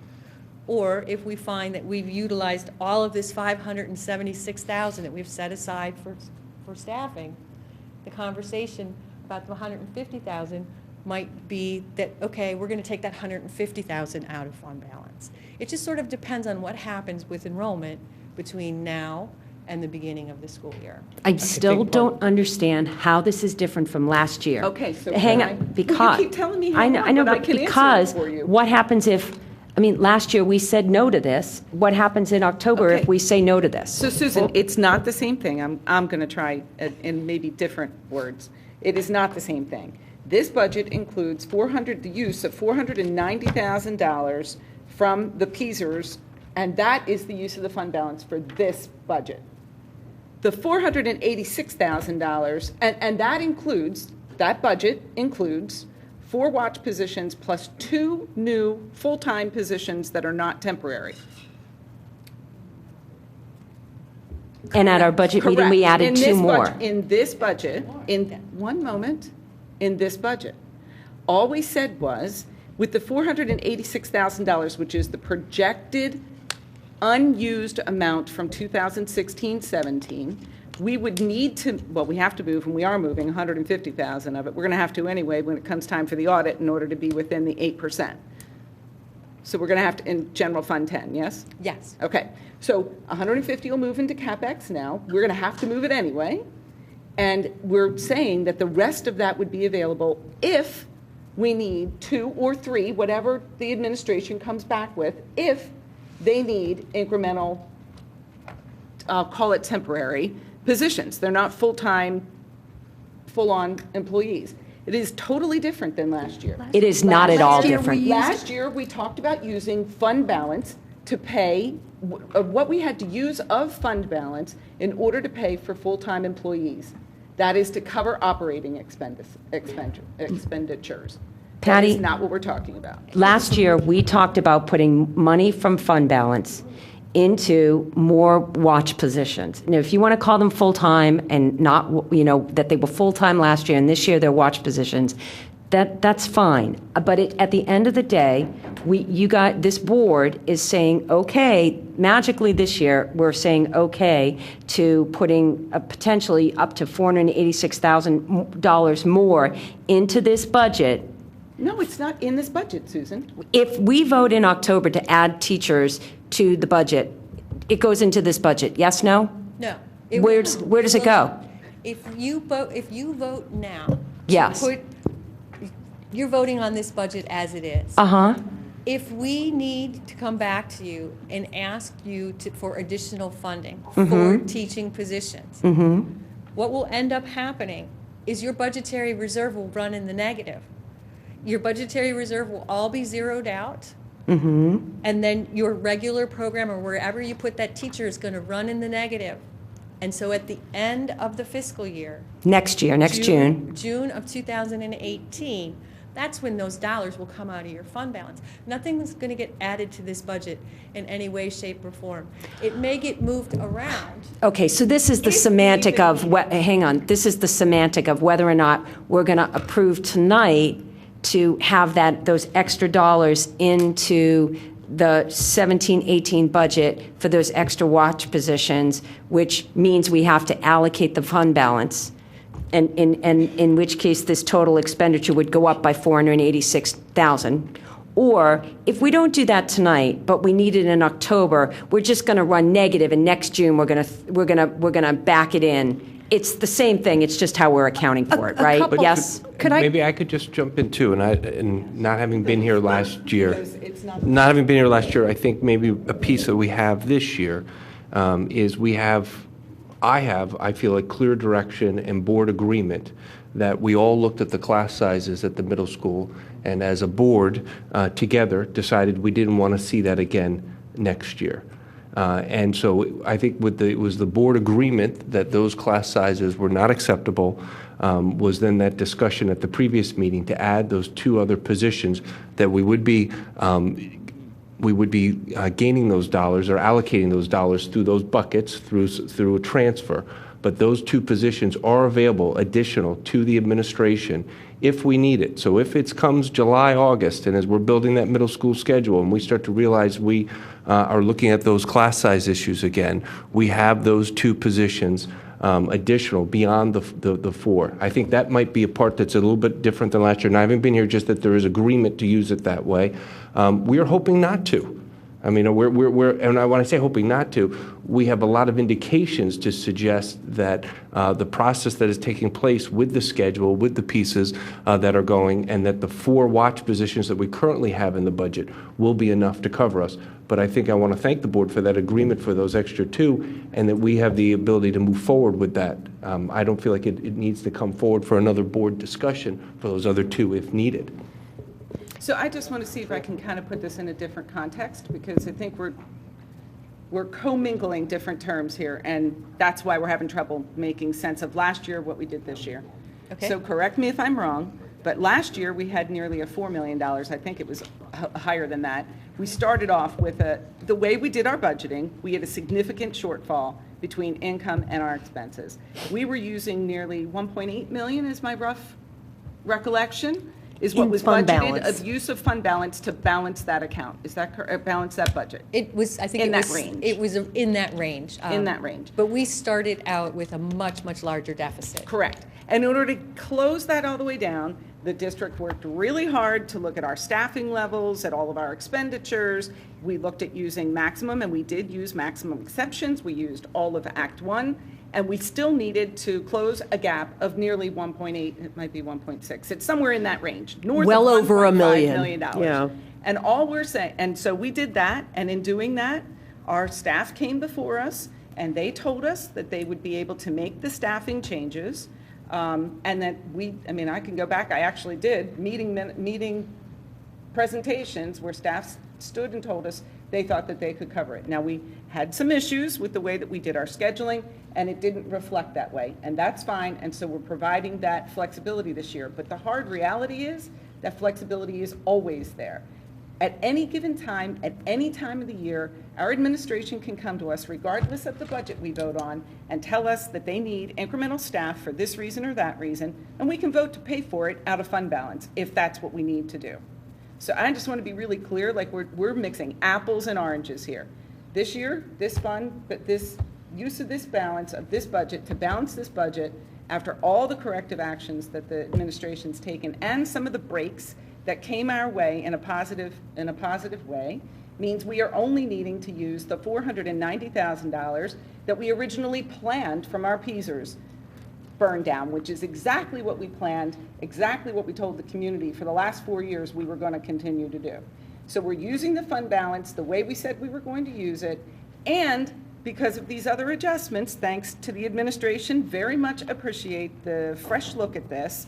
We still have money left to cover the capital expenditures that we didn't have budgeted early, and it didn't have covered, and we still have enough money if we need to, without dipping deeper into our fund balance than we already planned to this year, to cover incremental staff if you find you need to. And I would agree. I think you got support from all 9 of us. If you need to do that, you need to do that. Can I say something? Just apples and oranges. See, what I hear here, maybe this, I don't know if this is going to be clarifying or not, but what I hear the conversation about isn't really the actual dollars and cents of the budget. What I hear, and I remember from last year, was a philosophical difference about whether or not you use fund balance to pay for operating expenses. And it tied back, I think, to a policy that Julia brought up that we have on our books.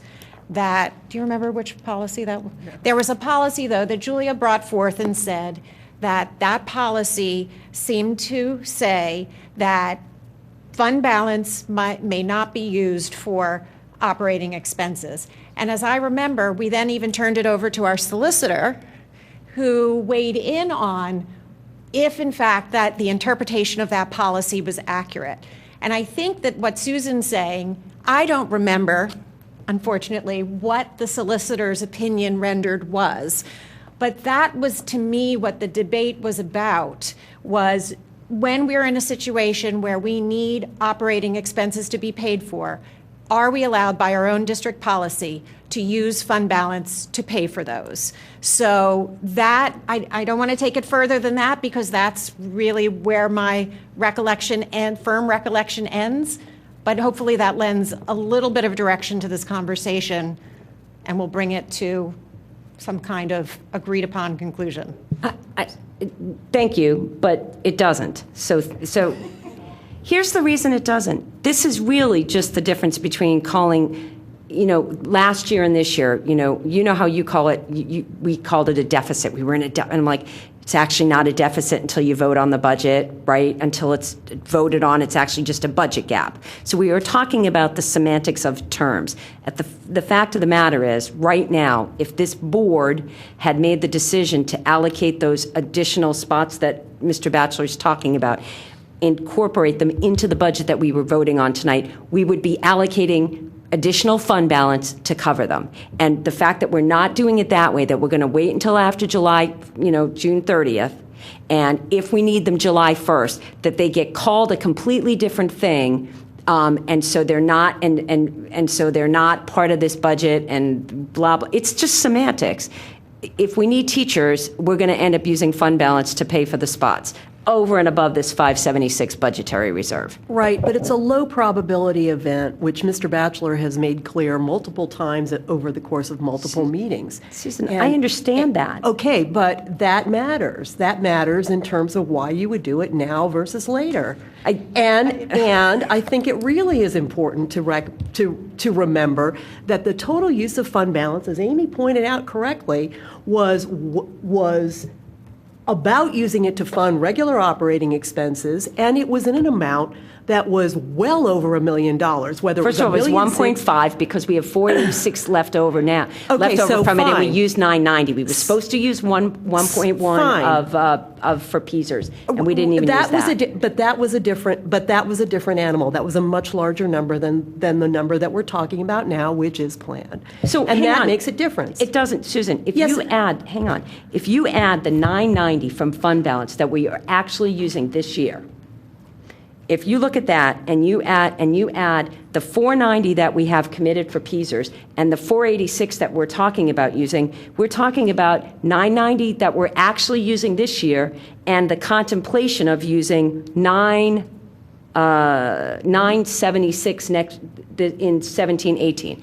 If we use where are you getting 976? Because if you add 490 that we're committing to PSERS this year, and up to for the plan, right? Right. And up to 486, which is the surplus of what we didn't use in fund balance for this 16-17 year. You add 490 and 486 together, you get 976. That's not very different from the 990 that we're actually using this year. We're not saying we're going to use 486. So I saw 3 buckets at the budget meeting. We are not saying we're using 486 to cover operating expenditures. Teachers are operating expenditures. If you want to call them, if you want to have an entire staff of 400 employees that are watch positions, by all means, go right ahead. And then we have a very lean staff. But teachers are not, teachers are operating expenses. And whether you want to call 5 of them or 9 of them watch positions or flex positions or whatever, the fact of the matter is that they are teachers in the building, and they matter to kids. And we might, if we need to, have to use for some of the fund balance to do that. I'm okay with that. Don't get me wrong. I fully applaud that. I wanted to do it last year, and I'm just trying to understand, other than the semantics of looking good this year versus last year when everything had to be gloom and doom, I don't see any difference. I realize that from an accounting standpoint, you get to handle it differently, and you guys all get to say it differently, but it's not different. It's still teachers in the classroom, and we're going to allocate fund balance if we need it for them. I am really sorry that you're turning this into a political show, and I would like to, if I can, Mr. President, call the vote so I can please read this, because at this point we're just going round and round. Sure. So I'm just going to offer, can I offer one thought here? So I think this has been an interesting discussion, but I'll say kind of what I see as the difference between this year and last year, right? So last year we made very difficult decisions about teachers in the classrooms, and it was difficult for everyone up here to make that decision. I see this year as the board making a commitment to the teachers that we're going to not make that. I don't want to say it's a mistake, but we're going to make sure there are positions there this year that don't require this discussion again. And that was kind of what Mr. Batchelor said. We want to make sure that we have those positions. We're recognizing class size issues. And, I understand a similar discussion went down last year, but we are learning from this process. And I think where we ended in this debate, I think, is in a good spot for the district and for the teachers. So I think we will call the vote at this point. I totally agree. All right, then I'm going to read the recommendation. I'm not reading the entire thing. I guess I don't have to. I'm just going to read the final recommendation, that the board approve the above general fund final budget resolution in its entirety for the fiscal year of 2017-18 with the total budgeted revenues of $95,825,176 and the total budgeted expenditures of $96,315,286, utilizing $490,110 of fund balance, requires a real estate tax levy of 23.6199 mils for each $1,000 of assessed value, which represents a 0.6937 mil increase in the local real estate tax millage over the 2016-17 levels. Second. Any board discussion? Seeing none, all in favor? Any opposed? 9-0. Thank you.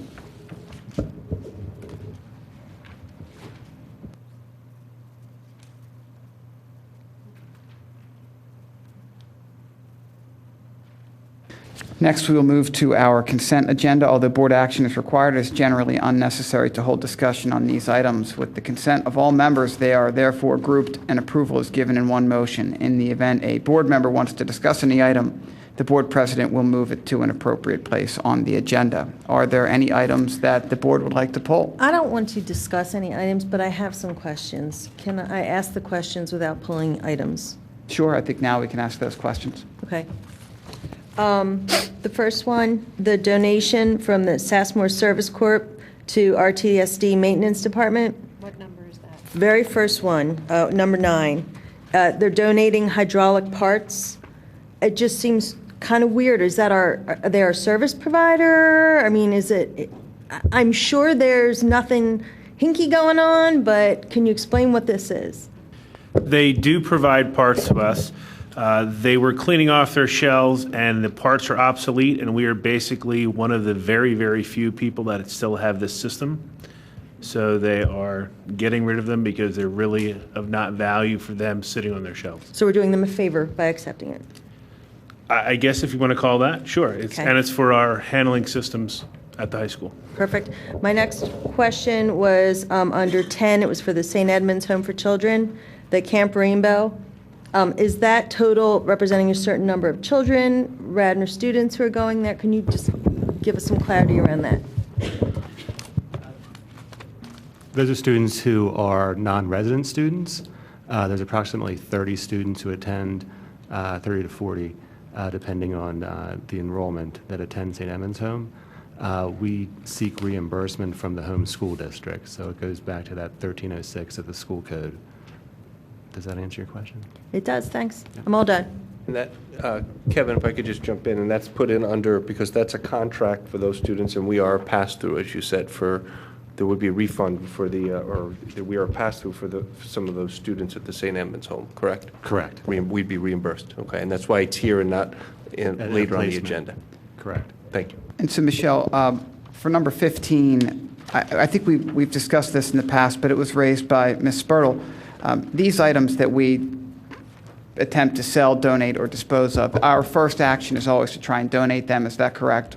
It depends.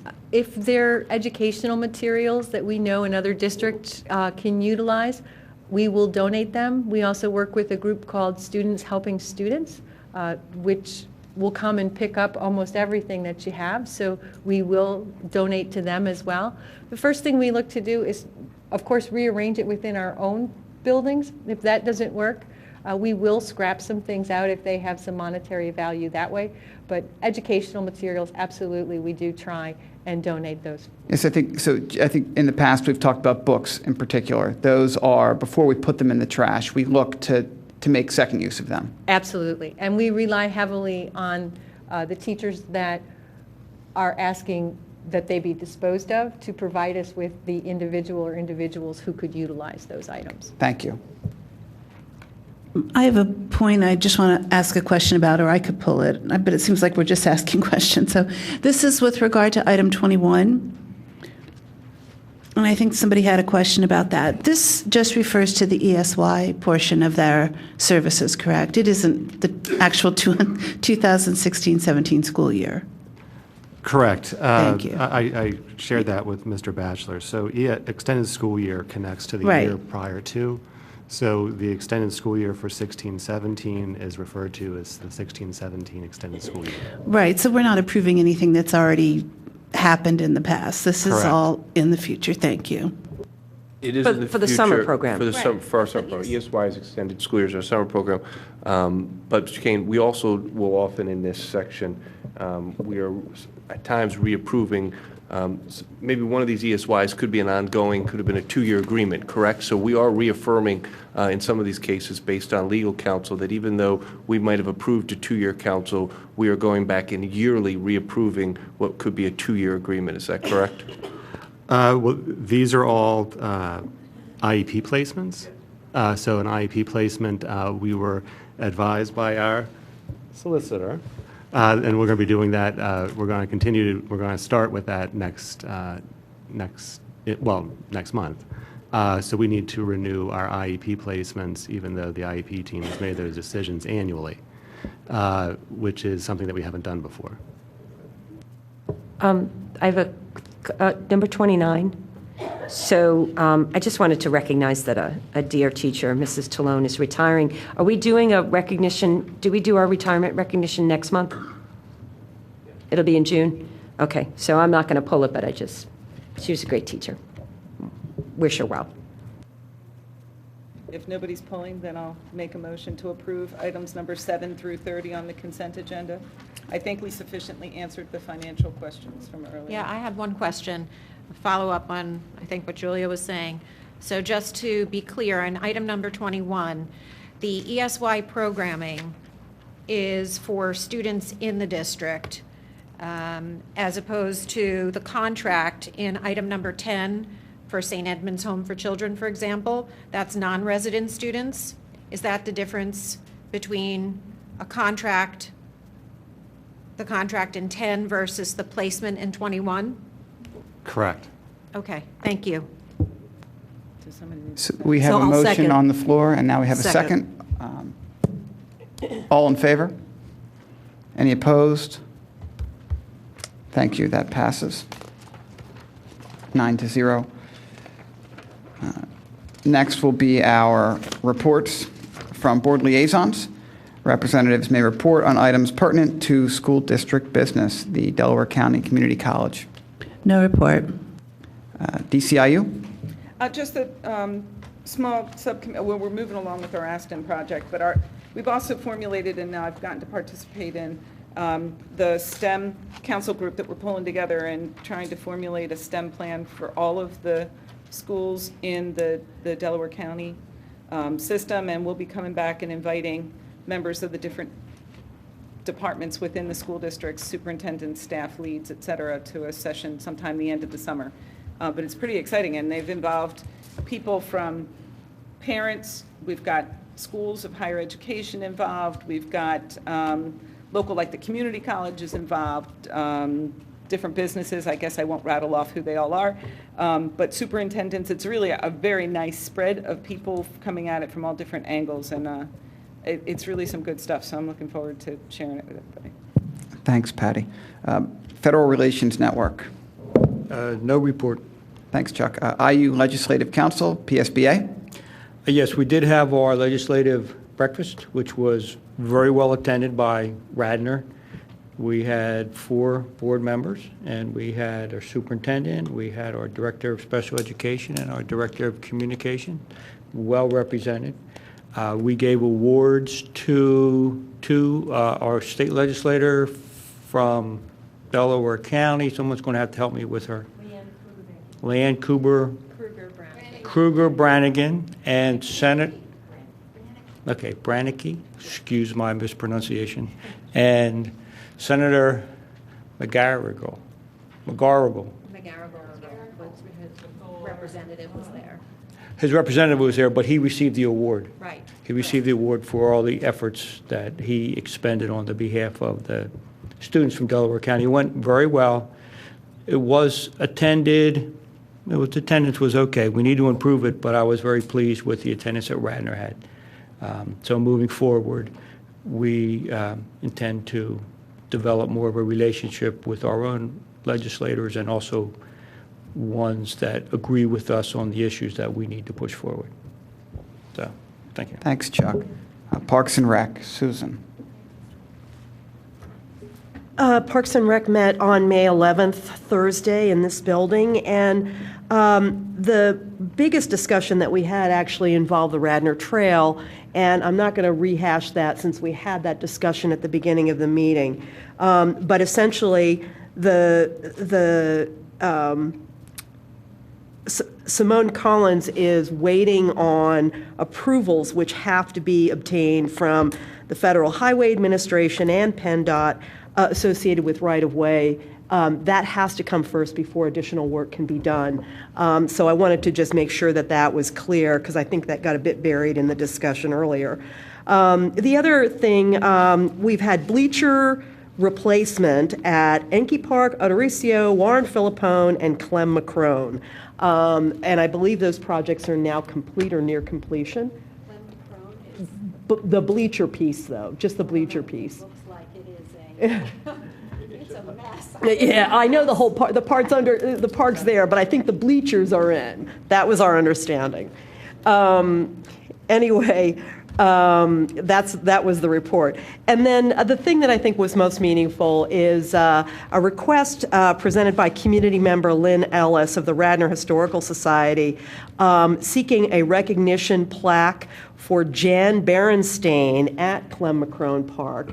Jan Berenstain, of course, is the co-author of the Berenstain Bears with her husband Stan, and she is a, I want to say, 1941 graduate of Radnor High School. So at any rate, that was, it was discussed robustly, and I thought it was a fine proposal, so hopefully that will move forward to the Board of Commissioners. And that, I think, is the most significant part. Obviously, there are sign-ups and so forth for a lot of the summer activities. So families with kids who are interested in camps and parks should get on the website or call the township. Thanks. Thanks, Susan. PTO Coordinating Council. Yes, PTO Coordinating Council met last night. It was their final meeting of the year. It's their transition meeting where the outgoing and incoming officers all get together. And what was on the agenda was the Radnor, the status of the communication policy and the surveys. So Mr. Petiti was there to report out for the group on how those surveys turned out and what the status of the new communication policy is. Then Dr. Rabarchik was there. He gave a quick update on Camp Canadensis. Apparently there was a rumor going around that Camp Canadensis wasn't happening again going forward, and he reassured everybody that it will be in place for at least next year and years to come. And also he wanted to let people know, because it's been such a topic of concern, that the volunteer clearance issue did not preclude anybody from volunteering. It seemed that there was not a hitch when it came to volunteer clearances for parents who wanted to participate in the trip, so that was good news. Each of the groups went around and highlighted their accomplishments of the year. As I recall, the combined total of donations from all 5 PTOs was over $250,000 for the year. And there were pages and pages of detail on where that money was spent to support school programming. And I think that one of the things that we've said before is that the PTOs are not just there to fundraise. They do a tremendous job with fundraising, and it does a great job of supporting school activities. But they take great pride in being there to build a sense of community within the buildings, which is a unique function for the PTOs as school supporting organizations. And they take real pride, like I said, in being there to foster relationships within their school communities and the district as a whole. The next thing on the agenda was a discussion of substitute teachers. There was an update from Michelle Deco on the status of substitute teachers. Next year's meeting dates for the group were set. And the final item of conversation was renaming the group, because there has been some confusion around what that group is, does, etc., its mission. So I think what the group landed on last night was to take out the word council, because that can be misleading in thinking that it is a separate entity unto itself. And the new name going forward will be the PTO PTSA Coordinating Meeting. It's just a meeting of the officers of the 5 different parent-teacher organizations that are in the district. So at this point in time, we will, and apparently the PTSA is thinking of converting from a PTSA to a PTO, so it would shorten the name even more to be the PTO Coordinating Meeting, period. So that was a culminating discussion for the year, and they're done. Thanks, Amy. Radnor Educational Foundation, Radnor Alumni Council. Okay, so the REF will be holding its annual public meeting next Thursday, June 1st at 7:30 p.m. in the Radnor High School Library. Interested members of the public are welcome to attend the annual meeting, where REF's board will present a year-in-review report to stakeholders and discuss the plans for the upcoming school year. REF anticipates granting over $95,000 this year to programs supporting literacy enrichment, cultural and performing arts, STEM, environmental sustainability, and social and emotional development across the district. Highlights from this spring's grants include the upcoming STEAM summer camp, that's science, technology, engineering, arts, and math, which filled registration within the first 48 hours. Technology purchased for use in the camp will become part of the district's permanent STEM lending library, supported by STEM coach Beth Zigmont. The awarding of a matching grant to the student-advised grant program team for a total of $8,000 to help fund the renovation of the courtyard at the high school to include outdoor classroom space. The awarding of a grant to support registration fees for the middle school Gateways team to compete in the annual Sea Perch competition, supporting the group on their way to an 8th place national finish. Funding to support a pilot kindergarten center at Wayne Elementary to include new materials to support both self-directed and peer-engaged creative play and learning. On behalf of the REF, I would like to thank the school board, the superintendent, and all those involved in the awarding and implementation of grants that benefit each and every student in the district in some way. Everyone at REF would also like to thank our generous donors, for without them, none of the grants would be possible. That is all. Thank you, Mike. Radnor High School Scholarship Fund. Yes, the kitchen tour on April 30th went very well, and the Scholarship Fund Committee thanks all who attended. Radnor High School Scholarship Fund will be marching in the Memorial Day Parade, and their reception for the 26 new scholarship recipients is Monday, June 5th, before the Senior Awards ceremony. In support of their scholarship recipients, the next fundraiser that they have coming up is the 4th of July fireworks, and so we are certainly hoping for better weather and hoping for a large community support for that important event. Thanks, Susan. Radnor Page. Yes, I'm just trying to pull up a quick, here we go. I got to pull up my note on it. The Radnor Page Executive Committee met with Dr. Kearney at the beginning of May. Actually, Mr. Batchelor came and spoke to them for a little while. And there was a focus about the parent meeting. They held their annual meeting May 10th at Radnor Elementary. They had a speaker, but also Jim Kearney came out and answered questions for the the parent group, they were soliciting information and questions from the parents to inform some of their work for next year. In addition, they did talk about some succession planning because they are, trying to gather new officers. And I think that was their last meeting for the year. Thank you very much. New business. Anybody on the board have new business? I'll use this time to thank the entire Finance Committee for their very hard work in bringing us a budget that we could all support. I think that shows real collaboration across the board, but I will specifically thank that committee and Michelle for their very hard work in making that happen. So thank you all. Board announcements. Our next meetings, Policy Committee meeting on June 13th will be at 4 p.m. As Amy had mentioned earlier, GRCC will be canceled that day. On June 20th, the Curriculum Committee will meet at 4:30. The Finance Committee will meet at 6, and Facilities will meet at 7. Again, that's June 20th, so that's a new time for Facilities for y'all to mark onto your calendars. Our next Board Business meeting will be June 27th at 7 p.m. Our next round here of public comment for any new issues raised or subjects developed following priority discussion action items. We'll ask that you follow the same rules as our first round of public comment.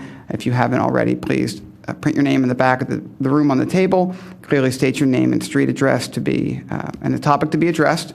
And we ask that you limit your comment to not more than 4 minutes as per board policy. Should you be unable to attend this board meeting, we ask that you submit your comment by email to boardquestions@rtsd.org or in written form to Mr. Michael Petiti, Radnor Township School District, 135 South Wayne Avenue, Wayne, Pennsylvania, 19087. Mrs. Sherry. Thank you. Judy Sherry, Governor's Circle, Newtown Square. Last January at a curriculum meeting, I asked, what kind of contact is permitted at RMS football practice? The disappointing response from the district was posted in the February attachments. Here's the attachment. Physical contact in RMS football. And I guess, by the way, I think this is a good time to think about this issue because football comes up in a couple of months. Radnor Middle School football is full contact football. We separate the players into 2 teams, 115 and under pounds, and unlimited weight for the safety of the athletes. Unlimited weight and safety are words that should never be connected, in my opinion. Then there is a paragraph that really shines a light on the major concern of full contact football, which is football injuries, especially brain injuries and concussions. This paragraph states that coaches must take a concussion training course, a certified trainer is available, coaches will teach and stress proper tackling techniques, athletes are given concussion tests before the season, and that any player who receives a blow to the head is removed, etc. Yes, no kidding. Brain injuries are serious. And it's time that the leaders of this school district, board members, and administrators started showing leadership by protecting Radnor children from unnecessary football head injuries when they are far too young to understand the dire consequences that may occur later in their life as a result of these injuries. The following are just a few of many recent quotes from articles, and I have so many articles. I am overflowing with articles about this topic that support and promote the idea of limiting or eliminating tackling from children's football practice. Research has shown, and these are quotes from articles, they're not my original thoughts. Research has shown that limiting the amount of full contact practices can reduce the number of concussions. Last year, 8 Ivy League football coaches unanimously decided to take the extraordinary step of eliminating all full contact hitting from practices during the regular season, the most aggressive measure yet to combat growing concerns about brain trauma and other injuries in this sport. The idea behind the ban is simple. Less hitting means less risk of brain damage and other physical injuries. Worries about the future of youth football are mounting as evidence of long-term cognitive dangers of playing the game grow. For years, the sport's top officials have played down the science and insisted that tackle football could be played safely. Neurologists have found a degenerative brain disease, chronic traumatic encephalopathy, in an alarming number of former football players. The games are getting a lot faster and kids are getting bigger, so they need to modify the game. USA Football, the national governing body for amateur football, intends this year to introduce a drastically altered youth football game in response to declining participation and increasing public belief that the game is not safe for children to play. It had for years promoted a program called Heads Up Football to youth and high school coaches to combat safety concerns, which proved to be misguided. Medical experts and safe sports advocates claim that brains of children grow at incredible rates, and repeated jarring blows to the head can stunt that growth. While concussions are a concern, the larger danger to an athlete's long-term cognitive health is the repeated subconcussive blows, like the ones linemen absorb on nearly every play from scrimmage. Several studies have shown that college and professional players who began playing tackle football as young boys have a greater risk of developing memory and thinking problems later in life. The earlier they started playing, the worse their brains fared later on, said Dr. Robert Stern, the director of clinical research at the Chronic Traumatic Encephalopathy Center at the Boston University School of Medicine. To me, it makes sense we would want to do everything we can to reduce or eliminate purposeful hits to the brain. And Terry O'Neill, the founder of Practice Like Pros, said, quote, "With the science available now, we find it surprising anyone would be promoting youth tackle football in any format. The solution is for boys to play flag football through junior high school." Radnor Township needs to lead on this issue. Radnor can make a huge difference in this area if we show leadership. Let's get off the bench and get on the field and start putting kids first. To the extent you have available any of those articles that you'd be willing to give to the board, we would like to have them. Oh, okay. Well, I know you say you have a lot of them, but to the extent you find any. I have like about 50. Yeah, so if you find any to be particularly compelling, I think that would be, we would accept that and be very grateful for your efforts.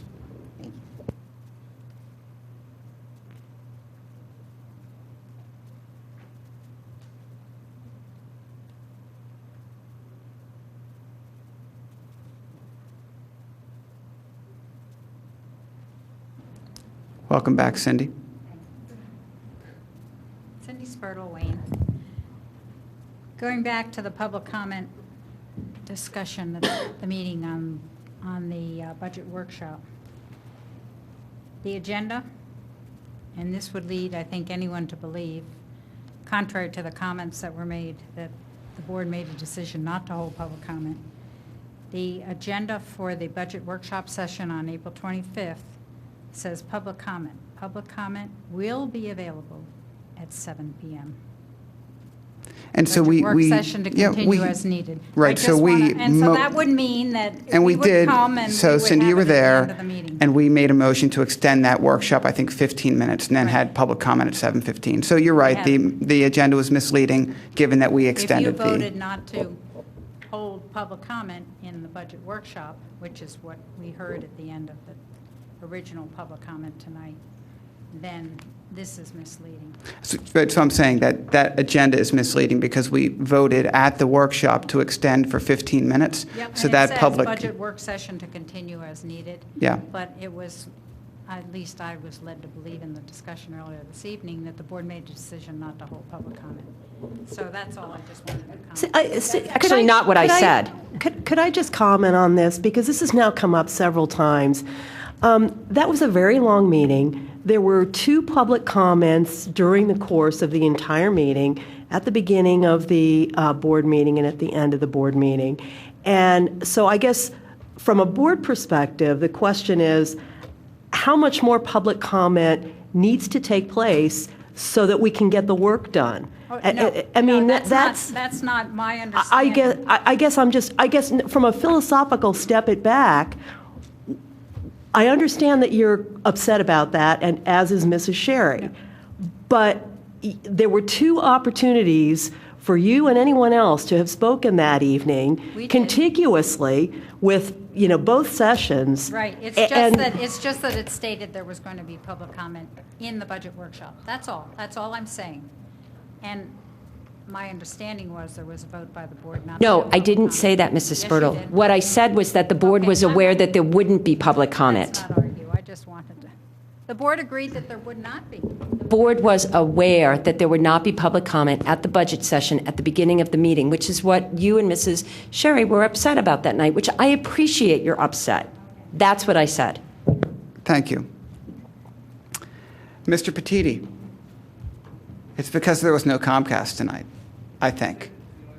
Yeah, good, okay. Any other public comment? Seeing none, I'll take a motion to adjourn. Second. Thank you very much. All in favor? Good night.